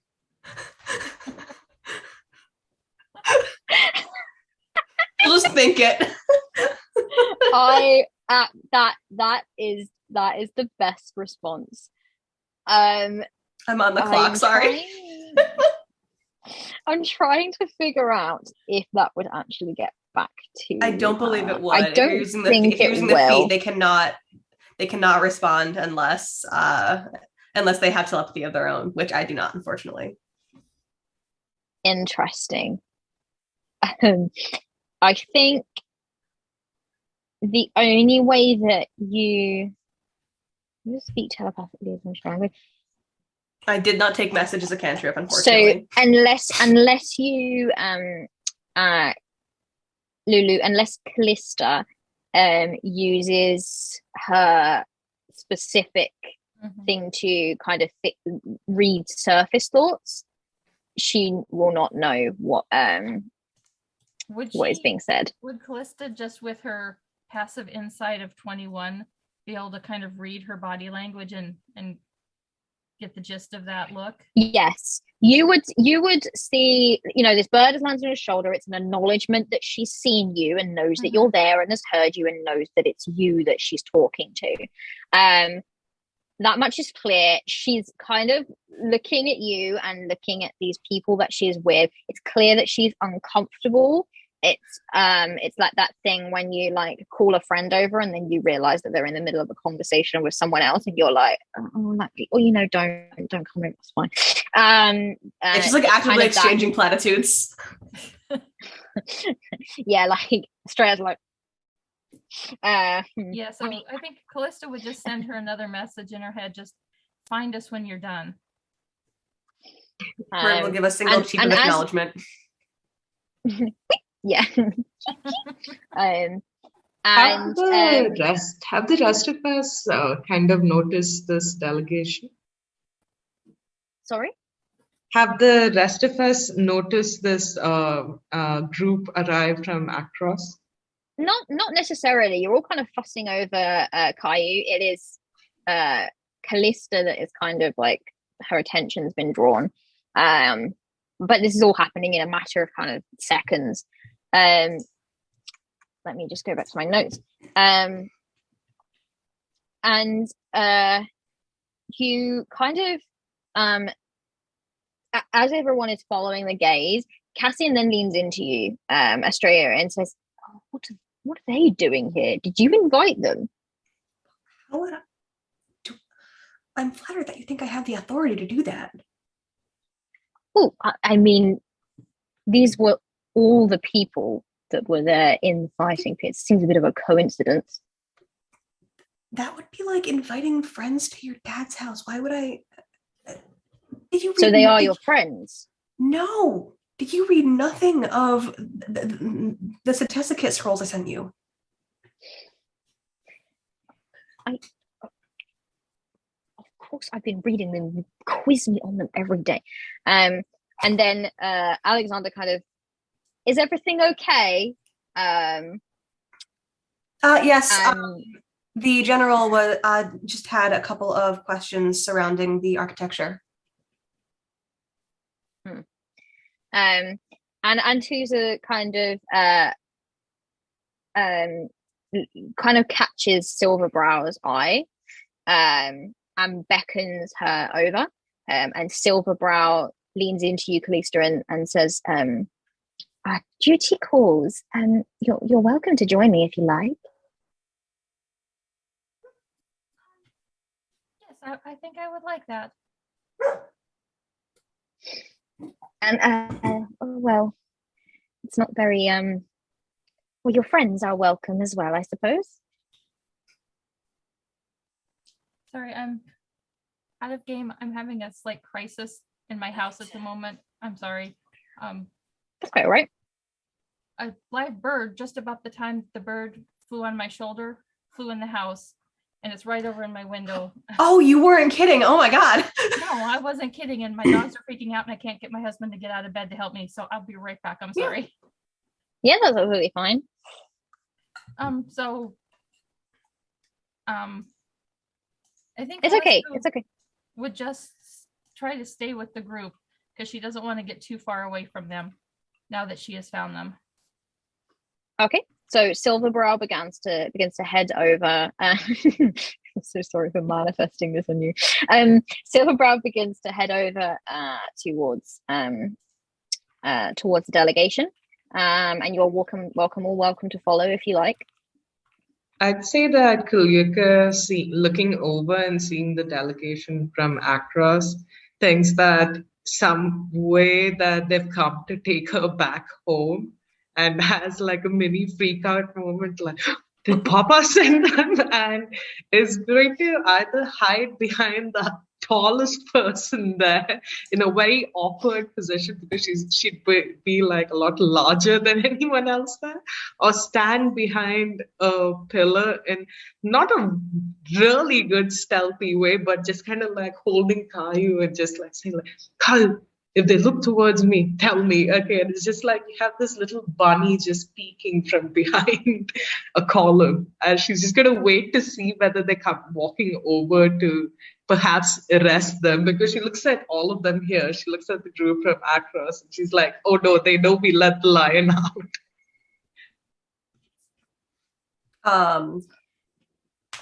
Also, the tallest person would probably be Onyx.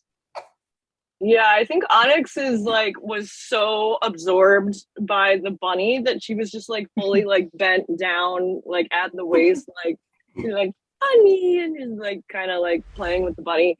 And then as Kalyuka starts doing this, she's kind of like, what are you? And she's like, they're almost dancing for a second as like Kalyuka's trying to hide behind her, but Onyx is trying to stay in front of the bunny. And then like, once she kind of figures out what's going on, she's kind of like, oh, she's afraid of those people.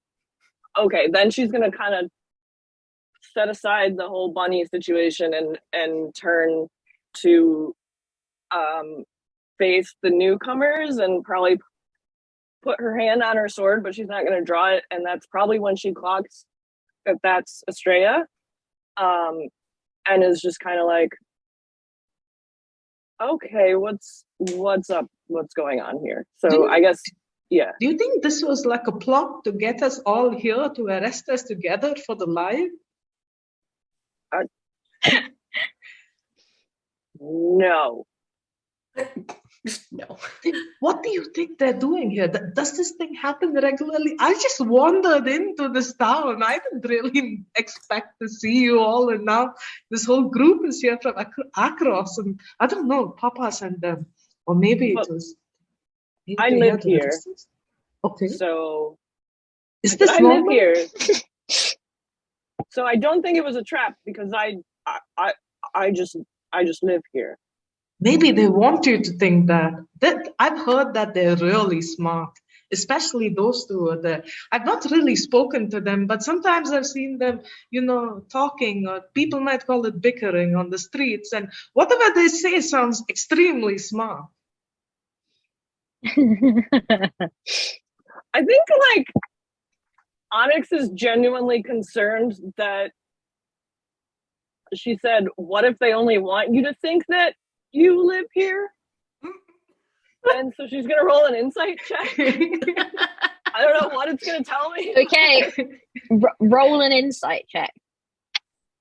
Could I also do like a perception check or something to see whether the delegation has any interest in it? Okay.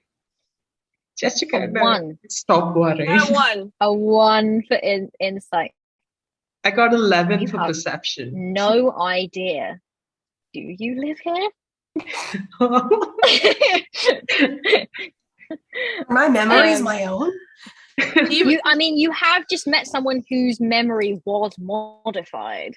Like, this is fresh on your mind. Onyx, I've just completely derailed this campaign in a single sentence. Onyx is gonna turn to Iva like, live here? In the time it takes her to turn around to Eva, can Eva have tried to have like just disappeared into a shadow and not be there when they turn around to look for her? Roll stealth. And what was your perception, Kalyuka? 11. None of the guards or anything with their no one seems interested in you. You don't know if it's because they haven't seen you or not, but no one seems to be scouring or looking for anyone. 23 for stealth. Stealth, you just disappear into the shadows. So Onyx, you turn around to talk to your friend Eva, who you've been traveling with for the last couple of months. And Eva is gone. Did Eva ever exist? Onyx is gonna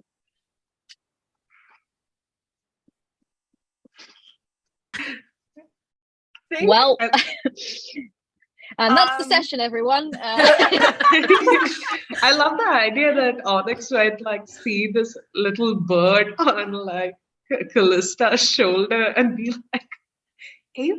Is it a though, right? Oh my god. The bird that Estrella summoned to land on Callista's shoulder is a sparrow. Yeah. Yes. Okay, then she's not going to mistake that for. I think she's going to flip out and start. She's going to take off towards home. She's like, I need to figure out if I actually live here or not. As Kaliuka says, like, one of them seems really smart. Like, Estrella's eyes are like glazing over. As she actually takes over the senses of the sparrow and asks it to do a quick loop around to search for danger. Okay. Well, there's so much happening. I'm so sorry. This has just descended into chaos in seconds. And you watching it all go, I'm just like, I just brought you all together, and you're all trying to run away from each other. I blame it on the dice.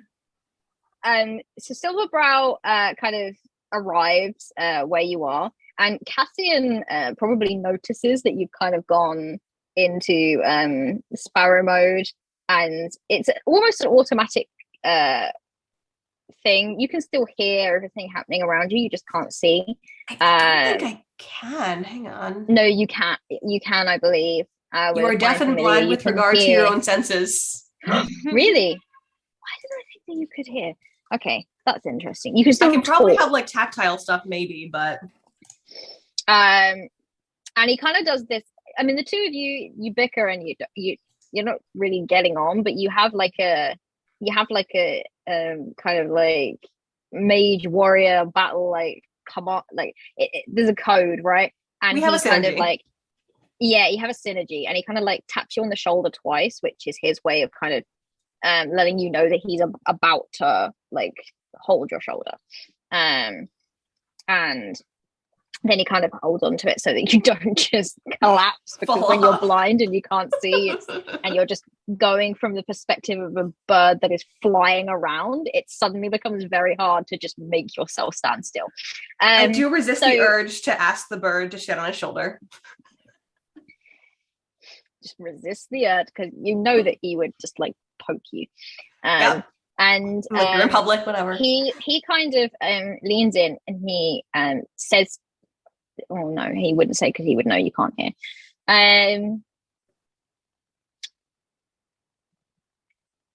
Roll a perception check for me from the perspective of the bird quickly. What is it you're looking for? Why have you gone into the bird perspective? I am just doing a security sweep to make sure, because like this is like a relatively large political meetup. We just want to make sure that there is no danger, no unexpected surprises, no mischief, intestinal or otherwise.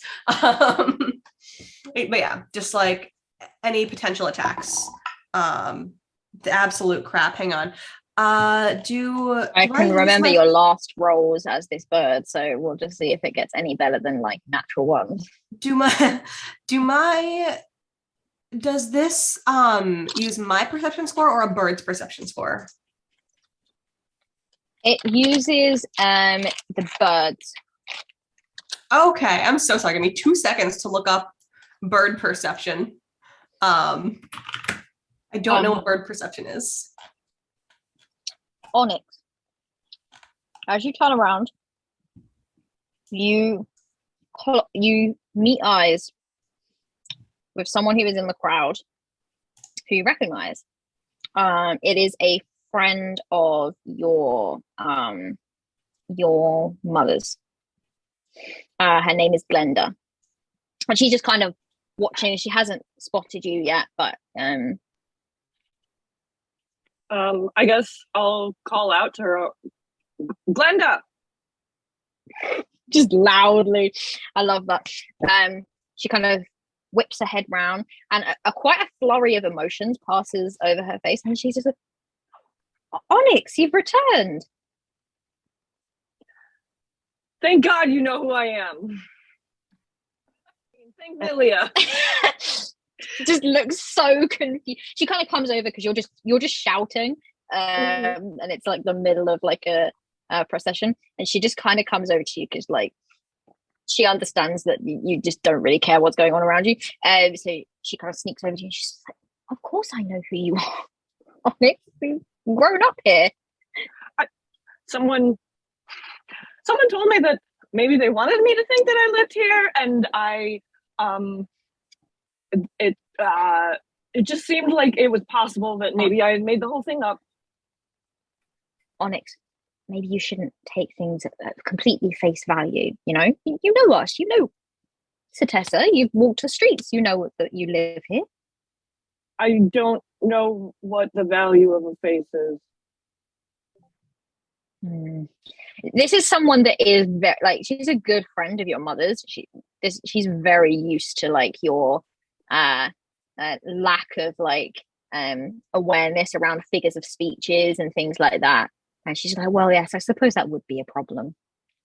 And perception 10, from what you can see, everything seems fine. The guards and the caravan, they're just kind of looking a bit bored. The guards guarding the city also look kind of bored and slightly aggravated that there are strangers in the city. There's one that's still grumbling. I one assume. woman. There's one that she's quit. She's having a bad day. She's having a bad day. She's just yelling at children for even smiling at her in the street. She's just mad. And you kind of come back into yourself, and Cassian leans in and goes, you want to go over and talk to them, don't you? At this point, Alexander is having this kind of continuing bumbling conversation with Antusa. I'm just like, can you blame me? They were all there last time. No, I suppose not. And at this point, Antusa says, well, there are refreshments, as I suggested. Perhaps we should all head inside. And one of the leaders dressed, let me just find her name again, the one that is in charge of falconry and was also an orphan in Miletus. Phaedra. See, yeah. That's why you get a note taker, everyone. I am a note taker. Phaedra, she has been watching. You would notice you and Cassian, while the others have kind of been focused on what's going on between Antusa and Alexander. She's been watching you and Cassian, and she kind of comes forward, with a big smile on her face, and she's just looking at Cassian. She's not really looking at you, and she goes, General Cassian, would you like to join me inside for a light refreshment? Can I insight that? Absolutely, roll an insight check.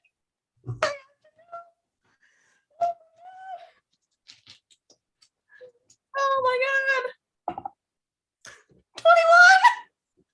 21. She definitely is checking out Cassian. 100%. And she kind of like smiles, and then she glances at you and she says,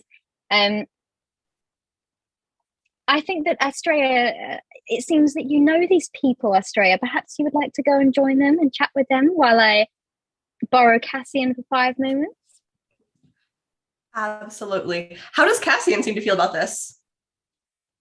Like, okay, is he like you would happy know or like deer in the headlights? He seems a little flustered, not gonna lie. Maybe one might say, and this is unsurprising, it is Cassian, one might say oblivious. It just seems really taken aback that someone is suddenly talking to him. And he's, oh, well, yes, I suppose 5 moments is fine, but stray, not too far. You made a pun.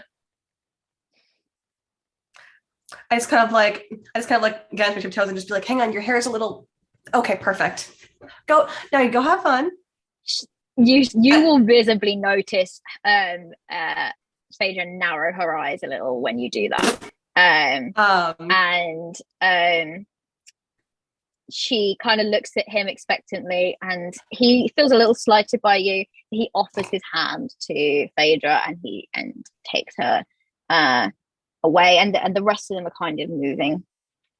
I just like flash him just like the sweetest, like, I hope you get food poisoning look, and then I just like go and find these people. I assume there are 3 of them now because Onyx is off double checking. No, Onyx. Her identity. Onyx is, so they're kind of all around the same area. Callista's really the only one you would see. She's just kind of standing there looking a little bit confused. The Goliath is attempting to hide behind some kind of column and holding a very adorable bunny in front of her. Kenku's completely, what is your passive perception? Not that high. Kenku's completely disappeared. No idea where the Kenku's gone. And Onyx is talking to another stranger, she seems to be kind of calming her down about something, and you kind of draw in, and you can see, you would be able to read the conversation actually between Onyx and this woman, because you are able to lip read, and they're not really trying to hide their conversation. Maybe not really. They just seem to. Onyx just seems very flustered about something, really. As far as you can tell, when you have a moment where you do lip read, it's an identity crisis that she seems to be having. Okay. So as soon as I recognize that, I'll just kind of like give them the privacy. Yeah. And you kind of draw in, and they're kind of all together, but you can't really necessarily see the Kenku, and the 5 of you are kind of in the same space. And Glenda says to you, Onyx, you've come at just the right time. I suppose that your mother wrote to you. You're muted, Joan. Wrote what? To me? Yes, wrote you a letter to let you know. I haven't received any letter. Let me know what. I'm not sure if it's really for me to say. And she kind of starts to look a bit awkward, but she is an old family friend, and so she kind of puts a hand on your shoulder. Who is around Onyx right now? I mean, Eva would still be as close as she can be while like being a little hidden, so I don't know if she would be close enough to know what's going on, but she's kind of like just hiding in the shadows somewhere. I'd say that Kaluka would be looking at Onyx because she was just talking to her and she sprinted away, taking away the cover as well. So from the column at least. Well, remember, Onyx didn't really get very far. She turned to kind of run and was immediately saw this this old family friend. So Onyx is not actually that far away, I don't think, from you. I'm just trying to figure out if anyone is like massively far away. But within eyeshot. Yeah, I think that you will at least be within eyeshot. You would be able to see this kind of rather serious conversation going down. And Glenda would I say, it's not really for me to say, but you should probably go and see your mother soon, maybe with your friends. What's the best way to tell you this? Your Bianca disappeared a couple of weeks ago. What? What do you mean disappeared? I mean, just that Onyx, she disappeared. No one knows where she is. People don't just disappear. Well, they have been in Setessa. It's becoming quite the... It's been happening a lot.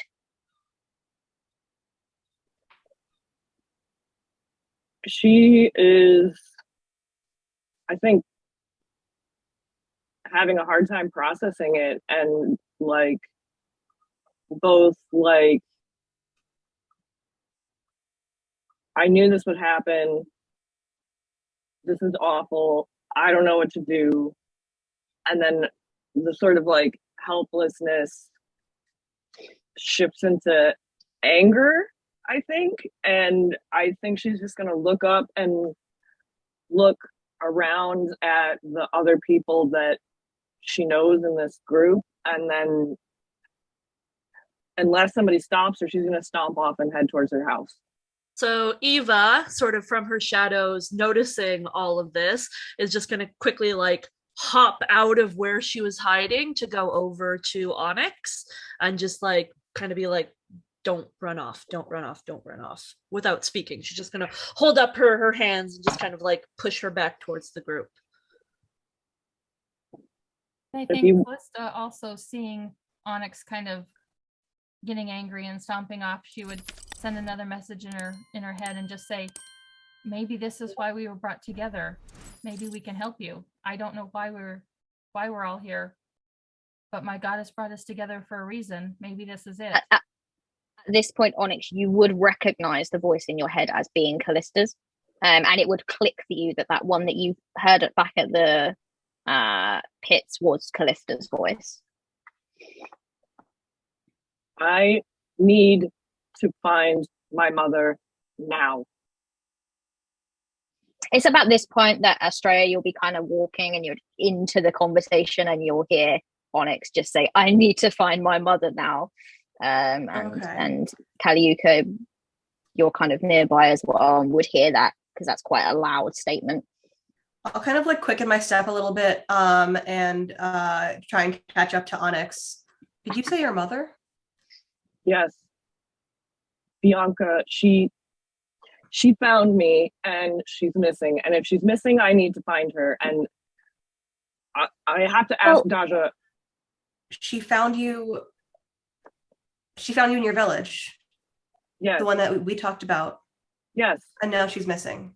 Yes. Well, she's not the only one. May I help? And Glenda says. I think she just glares at Glenda, and I think she turns to Estrella and says, help if you want to, but I'm going. And she just is gonna, unless somebody physically restrains her, she's gonna start walking away. Are you going to try to stop Onyx, or are you just going to try to follow? Estrella kind of like turns to Callista, shrugs, and follows Onyx. Eva will let her walk past, then quickly turn and follow right at her like feet.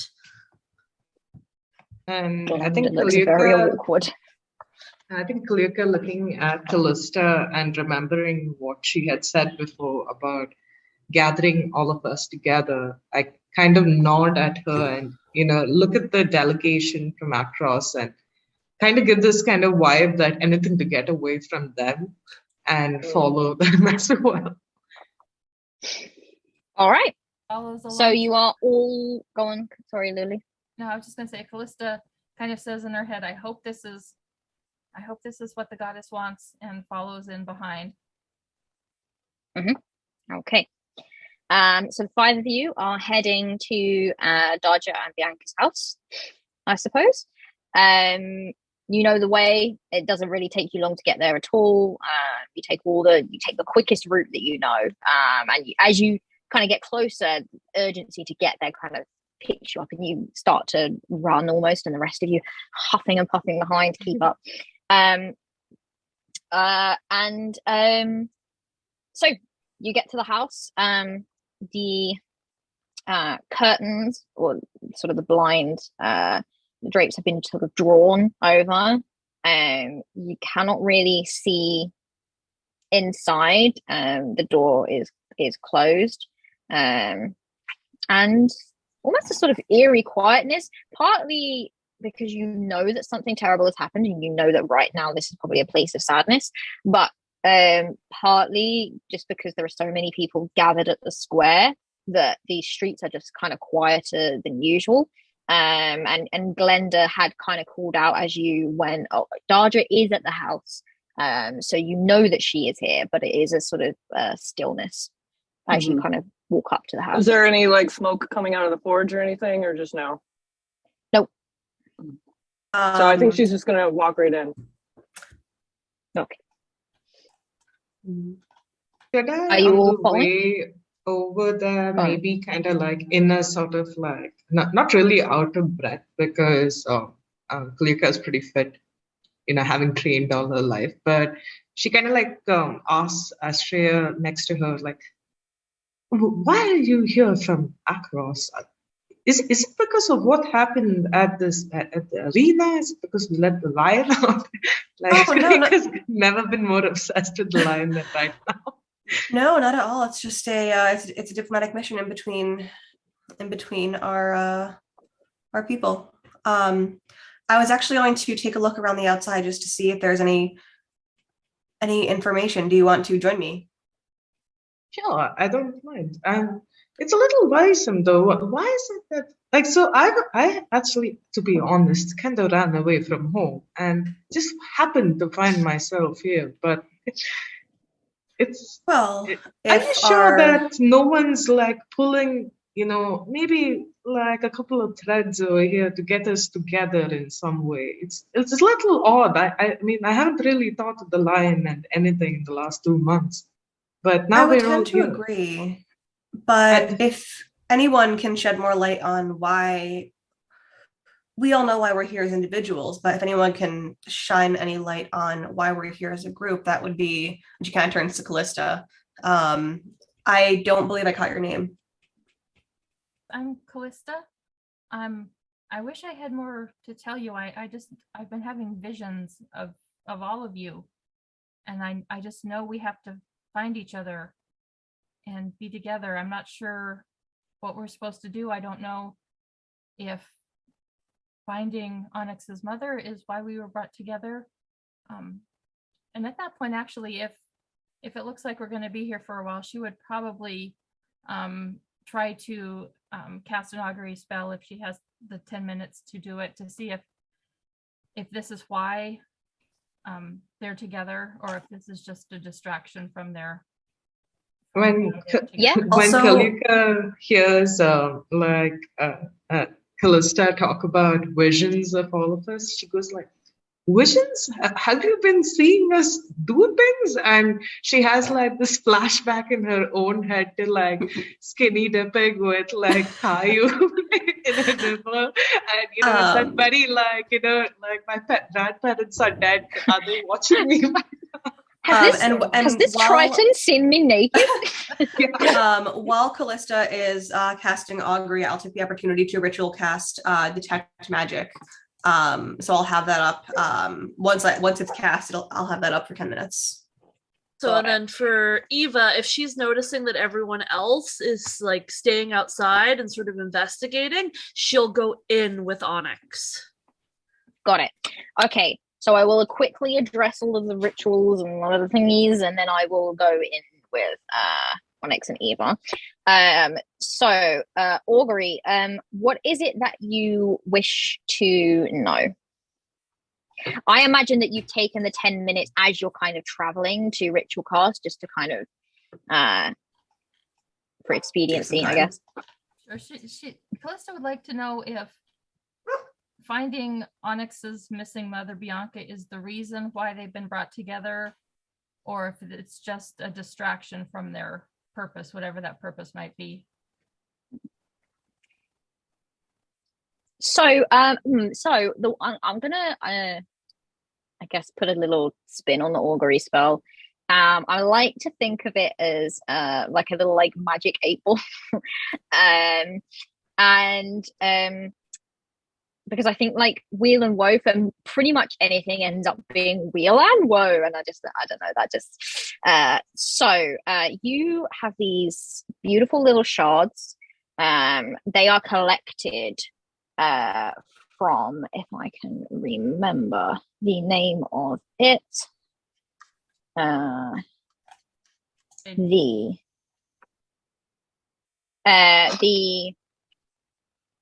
Pyrgnos? No.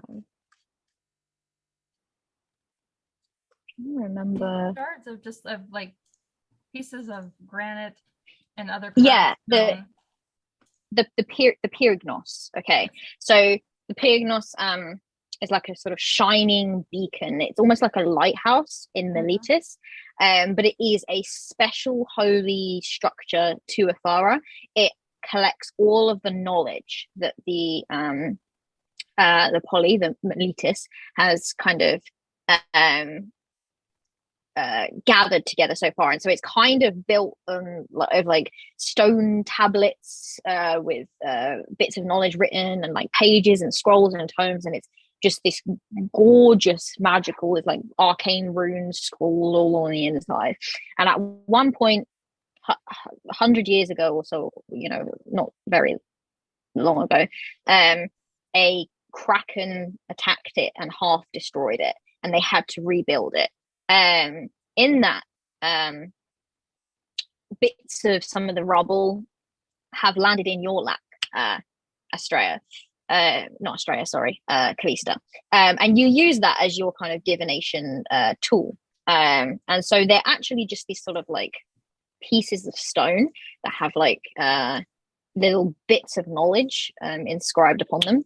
And as you kind of spend 10 minutes like blessing them in the name of your chosen deity and reaching out and trying to connect, and then you ask, is finding Onyx's mother the reason why we're here?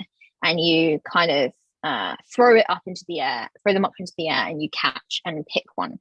And on it is inscribed half the sentence, which Millie says, "Of that we can be certain." Perfect. So knowing that, at least, because she's been feeling a little out of place because she's not really used to being with a lot of people. She's gotten a little more social since she was hanging out with Jericho, but she's still with all of these new people and all these visions she's been having. She hasn't really felt like she has much of a focus. She knows she's supposed to be here, but not what is supposed to come after that. So knowing that finding Bianca's mother is at least part of their goal, she feels a lot more settled and sure of her path. And I think knowing that, she will go into the house to see if there's anything she can do to help. Okay, so you're heading in. Detect magic. I'm doing like a sweep of the house. It's 10 minutes, so I'm just gonna do like a complete like walk around. And it's gonna be kind of like up as you go. Also looking for physical clues as well. Not really. You feel like some magical, there are certain items in the house that seem to have some magical properties to them. You would kind of expect that. Very common magical items that are often found. And coming from this sort of building off to the side, there seems to be some kind of magic emanating from in there as well. But nothing that really stands out to you as odd. I would say detect magic doesn't really pick up anything that you were not expecting. Okay. I would say, unless you want to override it, but like you might spend some like common weapon and armor enchantments coming from the back. You would probably kind of get, just from the shape of the building as well, you kind of understand. You've read it a lot. Whoever lives here, that's a forge that is kind of attached to the side, just by the shape of it, the chimney, and everything you can see. And so you would presume that the kind of magic that you're feeling from there, the enchantments that you're feeling from there, are most likely from some kind of magical armor and weaponry that has been made within this.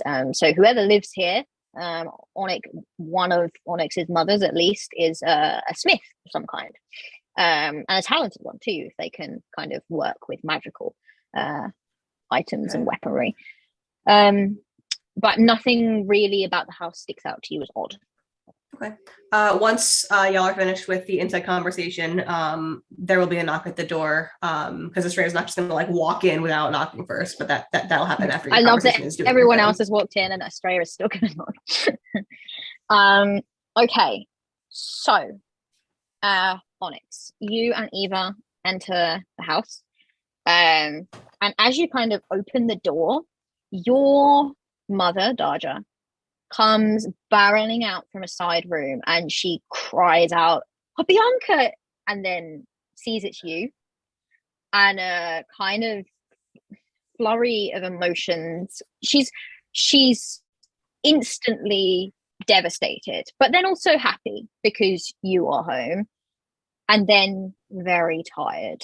And she kind of sits on a chair nearby, and she kind of she looks heartbroken. I think you've never really seen your mother like this. She's a very tough woman, compared to, you know, Bianca, your other mother, is always the warrior. She's always the very nurturing, caring one, and Darja is caring and nurturing in her own way, but it has been, you know, you've always got that one parent that's like, if someone bullies you, one of them is like, just ignore them, you're better than that, all of this, and the other one's like, stick up to them, like, give them as good as you've got. Beat the shit and out of Darja is, yeah, and Darja is that. She had a warrior background, she's trained with weaponry and all of this, and she's always been that. So to see her kind of vulnerable and heartbroken is difficult and odd to process. And she kind of sits and she says, did I don't know if you've already heard, but I think we're welcome home. And she just looks at you. I think she's gonna walk up to the chair that she's sitting in and take a knee and like hold her hand and just tell me what happened. Your mother, Bianca, she's gone. She's disappeared. She's been acting strangely for about a month or so. Secretive, I guess. She's had a much shorter temper than usual. She's not normally one to lose her temper, but she has frequently. She hasn't been eating well. She's rarely been weaving. And I knew that something was wrong, you know. Something that you would notice, because you know the way that your home is laid out and everything like that. The way that you can kind of see into a separate room. It's like their bedroom is the only room that has like a mirror in the house, and that mirror has been covered. And I'm just trying to think if anything else would be odd in their house. Eva's gonna start investigating. Like the moment she goes in the room, she's gonna ignore the two of them, and she's just gonna start like investigating everything she can find. And at that, she kind of is like, she's been, I'm so sorry, I didn't know that I had guests. And at that point, Callista is kind of walking in. I guess Onyx will kind of see them walking in, and she'll stand up, and she'll say, "These are some of the people that I met when I went to fight Dion.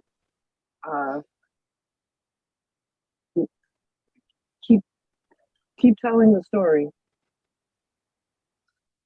She's kind of half distracted at you, kind of poking around, Eva, but she kind of focuses back on Onyx. yeah, yes. Sorry. Well, yes, most odd, and she was secretive, and she doesn't normally keep secrets from me, but she didn't seem to want to talk about it. She's doing all sorts of strange things. She even stopped visiting Nilia's sacred sites with me. You know, we would often do that at the weekends, but she just didn't want to come. I put it down to that rash, but she's not... Rash? Yeah, she complained she had a rash. She kept itching. And she's not the only one. We began to hear of odd behavior in people around. It started off as just a few, I think, a couple of months ago, but so many have disappeared in the last month or so.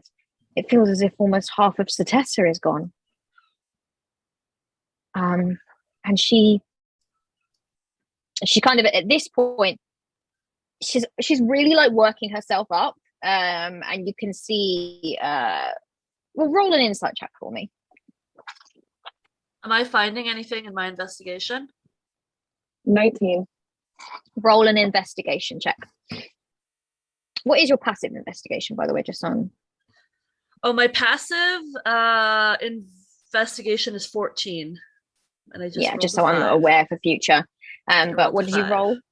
5. I rolled 5. Go on. 19. 19 for insight. You're kind of looking around, Eva, and you kind of become aware that you're not really sure what you're looking for necessarily. It's a house. There's lots of things around.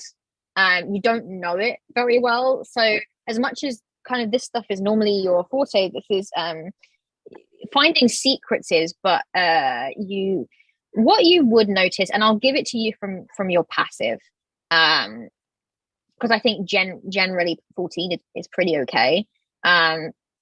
You would notice, you're not sure who it belongs to, you don't know whose side of the bed, but you would notice underneath one of the pillows there is a small corner of a book sticking out, which you would presume to probably be some kind of diary, but you don't know whose diary it is, so it could easily be Dada's diary, but you would notice that. Insight 19. You don't remember the last time that you saw Dada cry, but there are genuine tears. There's a lot of blame on herself going on right now. She really truly believes that she has done something wrong, and that is what has caused this to happen. And at this point, Astrea, you are also walking at Kaliuka. Whereabouts are you? I'd say that Kaliuka is quite interested in the amount of like forge equipment around. So she is going to start having a kind of open up her magical awareness to look at the sort of weapons that are being built over here. And in particular, I'm going to look at if any tools are missing. Like if she has taken any, maybe whether she was working on something or if any certain weapons have been taken away or haven't look like they're missing from the gym. You want to go into the forge to have a look. Yeah. You would go to the door and find it is locked. And you are able to look into the window. Roll a perception check for me. And you say you have some kind of magical awareness. Let me just remind myself. So, yes, I can see. Is there any location of any spell or magic item? Okay, so you would get a similar thing as to what Astrea got. Some of these weapons that are sort of hanging around, they're very beautifully crafted. As someone who has kind of grown up with a warrior background, you would know that these are good weapons. And you would kind of get a sort of magical vibe from a couple of them. They're clearly smithed here, either being reforged for someone or they are being, created from scratch. But that does mean that that Onyx's mother is a very talented smith. Tools-wise, no, you do not notice any tools missing. Okay. I got a 12 on my perception. I just looked to see whether her mother was working on any sort of weaponry that would be non-traditional or might have in any way traces of magic that might be kind of influenced, I'd say, in some way. From what 12 and for kind of with this magical awareness going on as well, not really. Nothing that would stick out to you as like, oh, that's weird, or that's something odd to be looking on. The style of the weaponry does look Cetessan, with everything that you can see. None of it strikes you as odd in terms of style either, or even something that you don't recognize. Cool. So It's like a little knock knock. Jen, you knock. Yeah, you knock. And Darja kind of interrupts herself and says, "Is this another one of your friends?" I think so. I think he's gonna. Sorry. Just come on. Okay. I wanted to ask if it would be okay if I took a look around. I know that your mom went. Is it okay if I take a look around? See if I can find any indicate. Okay. Yeah. I just kind of look at this this random woman. I'm just like, hi. I go look around. Hello. I apologize. I'm not really in a place to receive guests. No, you're gonna help us find her. Yeah, I'm sorry for your loss. I think at this point, Onyx is going to take Dodge's hand and kind of encourage her to stand up and go with her into like a kitchen that maybe is like a little bit more private. And she's gonna hold both of her hands and she's gonna say, "Mama, it's not your fault. And I will find her." It just feels like it is, and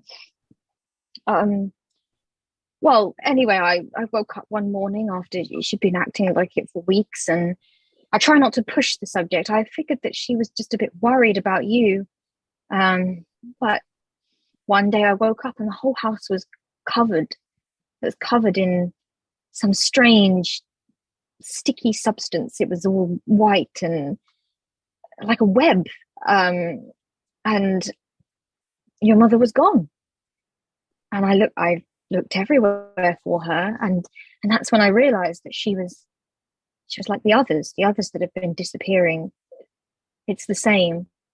We kind of named it the silk sickness, because it looks like silk, the threads. But did you save any of it? Yes, actually, I did. And she kind of goes to the kitchen cupboard and she pulls out a jar, and it has sort of almost wrapped up in a kind of quite neat. There is this kind of like thread. Can I use divine sense on it? Divine sense. Tell me what divine sense. Good and evil. And detect any celestial fiend undead within 60 feet. But I guess I was just trying to sense if there was any evil emanating some kind of energy. Evil silk. Evil or evil silk.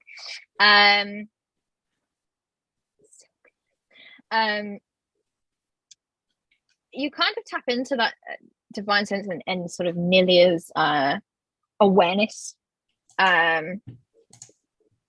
Nothing inherently about the silk seems to scream either evil or good. Unusual, yes. There's definitely something magical. And Astrea, this is one of those things where in the house you might have thought it was just a jar of some magical spice or something sitting in a kitchen cupboard, but now that you come in and you can see what it is emanating some sort of magical energy, very faint, Not anything that necessarily you can pinpoint as being a particular thing, but there is some kind of magic to it. May I, and she like reaches out to like touch it. I'll hand by it all over. means, it's a bit sticky, but it doesn't seem to have harmed anyone that touches it. Any indication of what this could be from? Like some kind of animal, a creature, a monster? Has it been magically enlarged from a normal ass spider? It is quite long and fairly thick. Please make a nature check for me. While they're doing that, Eva is going to have sort of a momentary like confliction of should she read these secrets or not. And then she's going to go and read the secrets. She's going to pull the book out quickly and like quickly flip through the pages. Love it. I will address the nature check, then I will tell you what you find. Nature 21, that's excellent. This is very similar to spider silk, spider webbing. It's got that same consistency, maybe on a larger scale actually than a normal spider. You know that giant spiders exist in the world. It's a common thing, so it's not necessarily, unfortunately, well, fortunately for us in the real world that does not exist, but in a fantasy world it's not necessarily unknown that giant spiders and large creatures exist. And yes, you would recognize this to be a large amount of quite thick spider silk. So this definitely has come from a larger spidery source than normal, and magical too. So this definitely means that this is not your average spider, or spider creature, whatever it is. It's definitely something spider related. Eva, as you flick through this diary, it is Bianca's diary, and you flick through some of the most recent entries.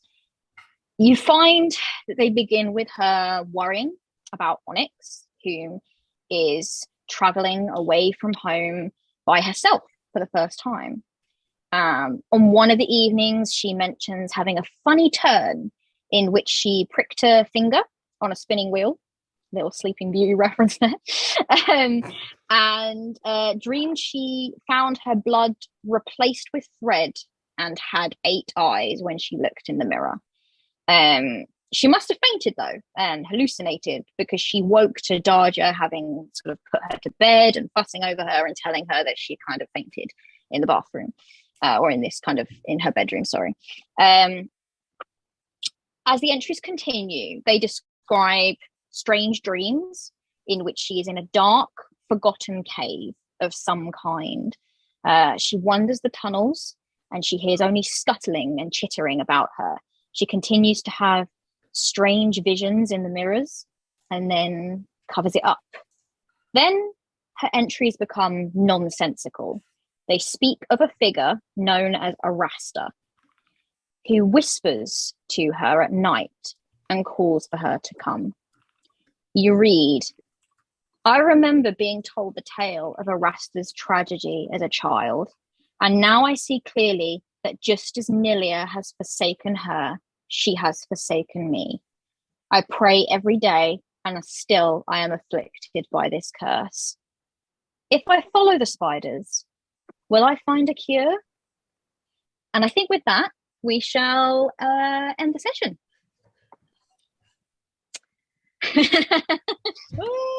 Can we also just assume that like I passed the information that I gathered on to Onyx and was it Dajra? Yes, Daja. Yeah. Yeah, absolutely. Like, I'm picturing like Estrella's mouth opens and Kat's voice comes out. Yeah, you kind of like pick at the silk and you're kind of going, this looks spidery, and you're that way that you do, you make mental notes, but you kind of speak them out loud. It's actually one of the things that Cassian is most annoyed about most of the time. He's just like, for goodness sake, just like keep it in your head. I think also Onyx is going to give her mother a hug, and using 5 of her lay on hands pool, it says you can neutralize a poison or some kind of disease, and I would say I just want to use like those 5 points to like ameliorate her grief a little bit and just like make her feel better.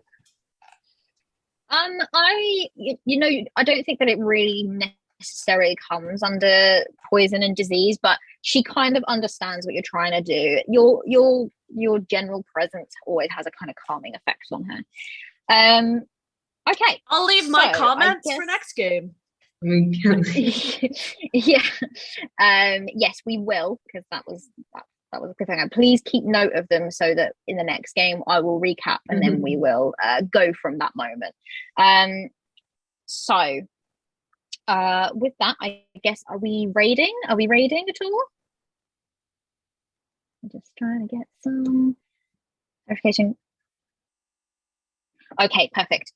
So we are going to go from, let's see. Let's start with Jen first. If you want to plug anything, plug it now. Yeah, I mean, hi guys, I'm Jen.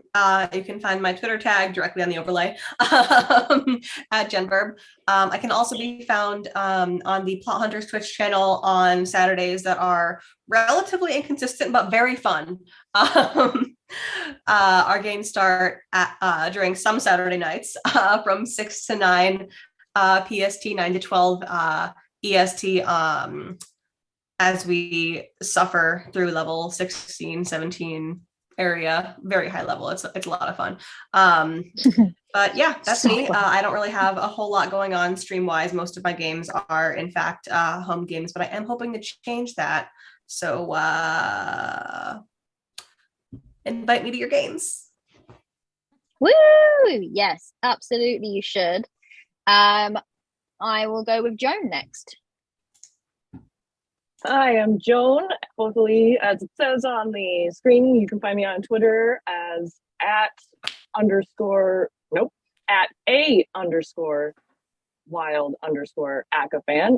ACAFAN. And you can catch me recently guest hosting on 3 Black Halflings. That's the number 3 Black Halflings. And we talked about the upcoming episodes include going over both the trailers for Black Panther and the new D&D movie. We also talked about the old D&D movie, which was even more fun. So definitely go check those out and stay tuned because I think I'm going to start streaming soon. So, yeah. Oh my goodness, look at everyone just jumping into the world of streaming. Look at us go. I will come to Kumi next. Hello, I'm Kumi and I have a little store called Kumi's Curiosities. I have a lot of updates on my Instagram, which has the same handle as my Twitter. I'm also part of a Spelljammer campaign happening on my home channel called The Pigeon Killers, and I'm playing a plasmoid bard there. So a lot of creepy stuff. Very creepy filters as well. Go and check it out if you'd like to see like a space fantasy adventure where most of the time we're trying to fix our ship. So yeah, that's happening every Thursday night IST at 8 o'clock and at 10:30 a.m. EDT. Yeah. So every fantasy ever. every sci-fi ever, sorry, I should say. Cool. Let's go to Lindsay next. Hello, I'm Lindsay. I don't really do much on social media right now. I'm trying to get a little bit better at that. But I do want to plug that I am working on opening a store here in our little town of Belleville, Ontario. It's called Doki Doki. We have our Instagram, we have our Twitter, we have our Facebook called Doki Doki Belleville, where we are trying to, grow our cosplay and anime community to be an inclusive, safe space for everyone. So what we post on there is just, cosplay, anime, inclusive, like we love everyone, no matter who you love, and yeah, all that good stuff. So Doki Doki Belleville on social media. Follow us for some fun, loving, lighthearted goodness. All right. If you send Sarah those links, she will get those out into clicky command, as she puts it. that leaves us with Lulu. Last but certainly not least, if you would like to tell us a little bit about yourself. I'm Lulu. You can find me mostly on Twitter at Lulu in WA, Lulu in Washington. And I mainly just post pictures of the minis I'm painting and the scenes that I'm creating using my fairly extensive unpainted at the moment collection of Dwarven Forge, hopefully soon to be painted, although I did buy a whole bunch more just recently. But I try to create scenes from podcasts and streams that I like using the minis that I get from Hero Forge and then paint them up and put them into scenes. So hopefully as the summer winds down, you'll be seeing some more of those come online here pretty soon. I absolutely love your little dioramas. They're like the highlight of my day. If I ever see them pop up on Twitter, I'm like, oh, you're so talented. I wish I could do that. Cool. I guess that just leaves me. I am Kat, otherwise known as the Law Mistress, or Law Mistress 93 on Twitter is my Twitter handle. I enjoy writing. That might have come across when I was narrating for about half an hour throughout most of that. I blog at thelawmistress.co.uk. I do little Monster Monday posts is my most popular post, I think, where I take a mythical creature that exists in the real world and I try to figure out stat blocks and things for it so that you can put it in your games. And I do a variety of different TTRPG posts on that. Also, obviously, dipped my toes into streaming recently, and this is kind of my main stream base, but I too am interested in doing more of that. I have been playing in an actual play of Cyberpunk every other Thursday. So this Thursday coming, we are not playing, but the Thursday after, you will find that on VA Redemption's channel. So please go check that out. And he uploads the previous episodes onto YouTube, so you'll be able to find those there as well. And I think that is pretty much what I have to tell you. I'm just trying to think if I've been doing anything else special. Not really. I believe we are now going to raid out into Paradise, who are currently having a Jasper's Game Day charity stream. So that is awesome, and we should absolutely support them. So let us head out. Thank you all for coming, and see you next Sunday. Bye.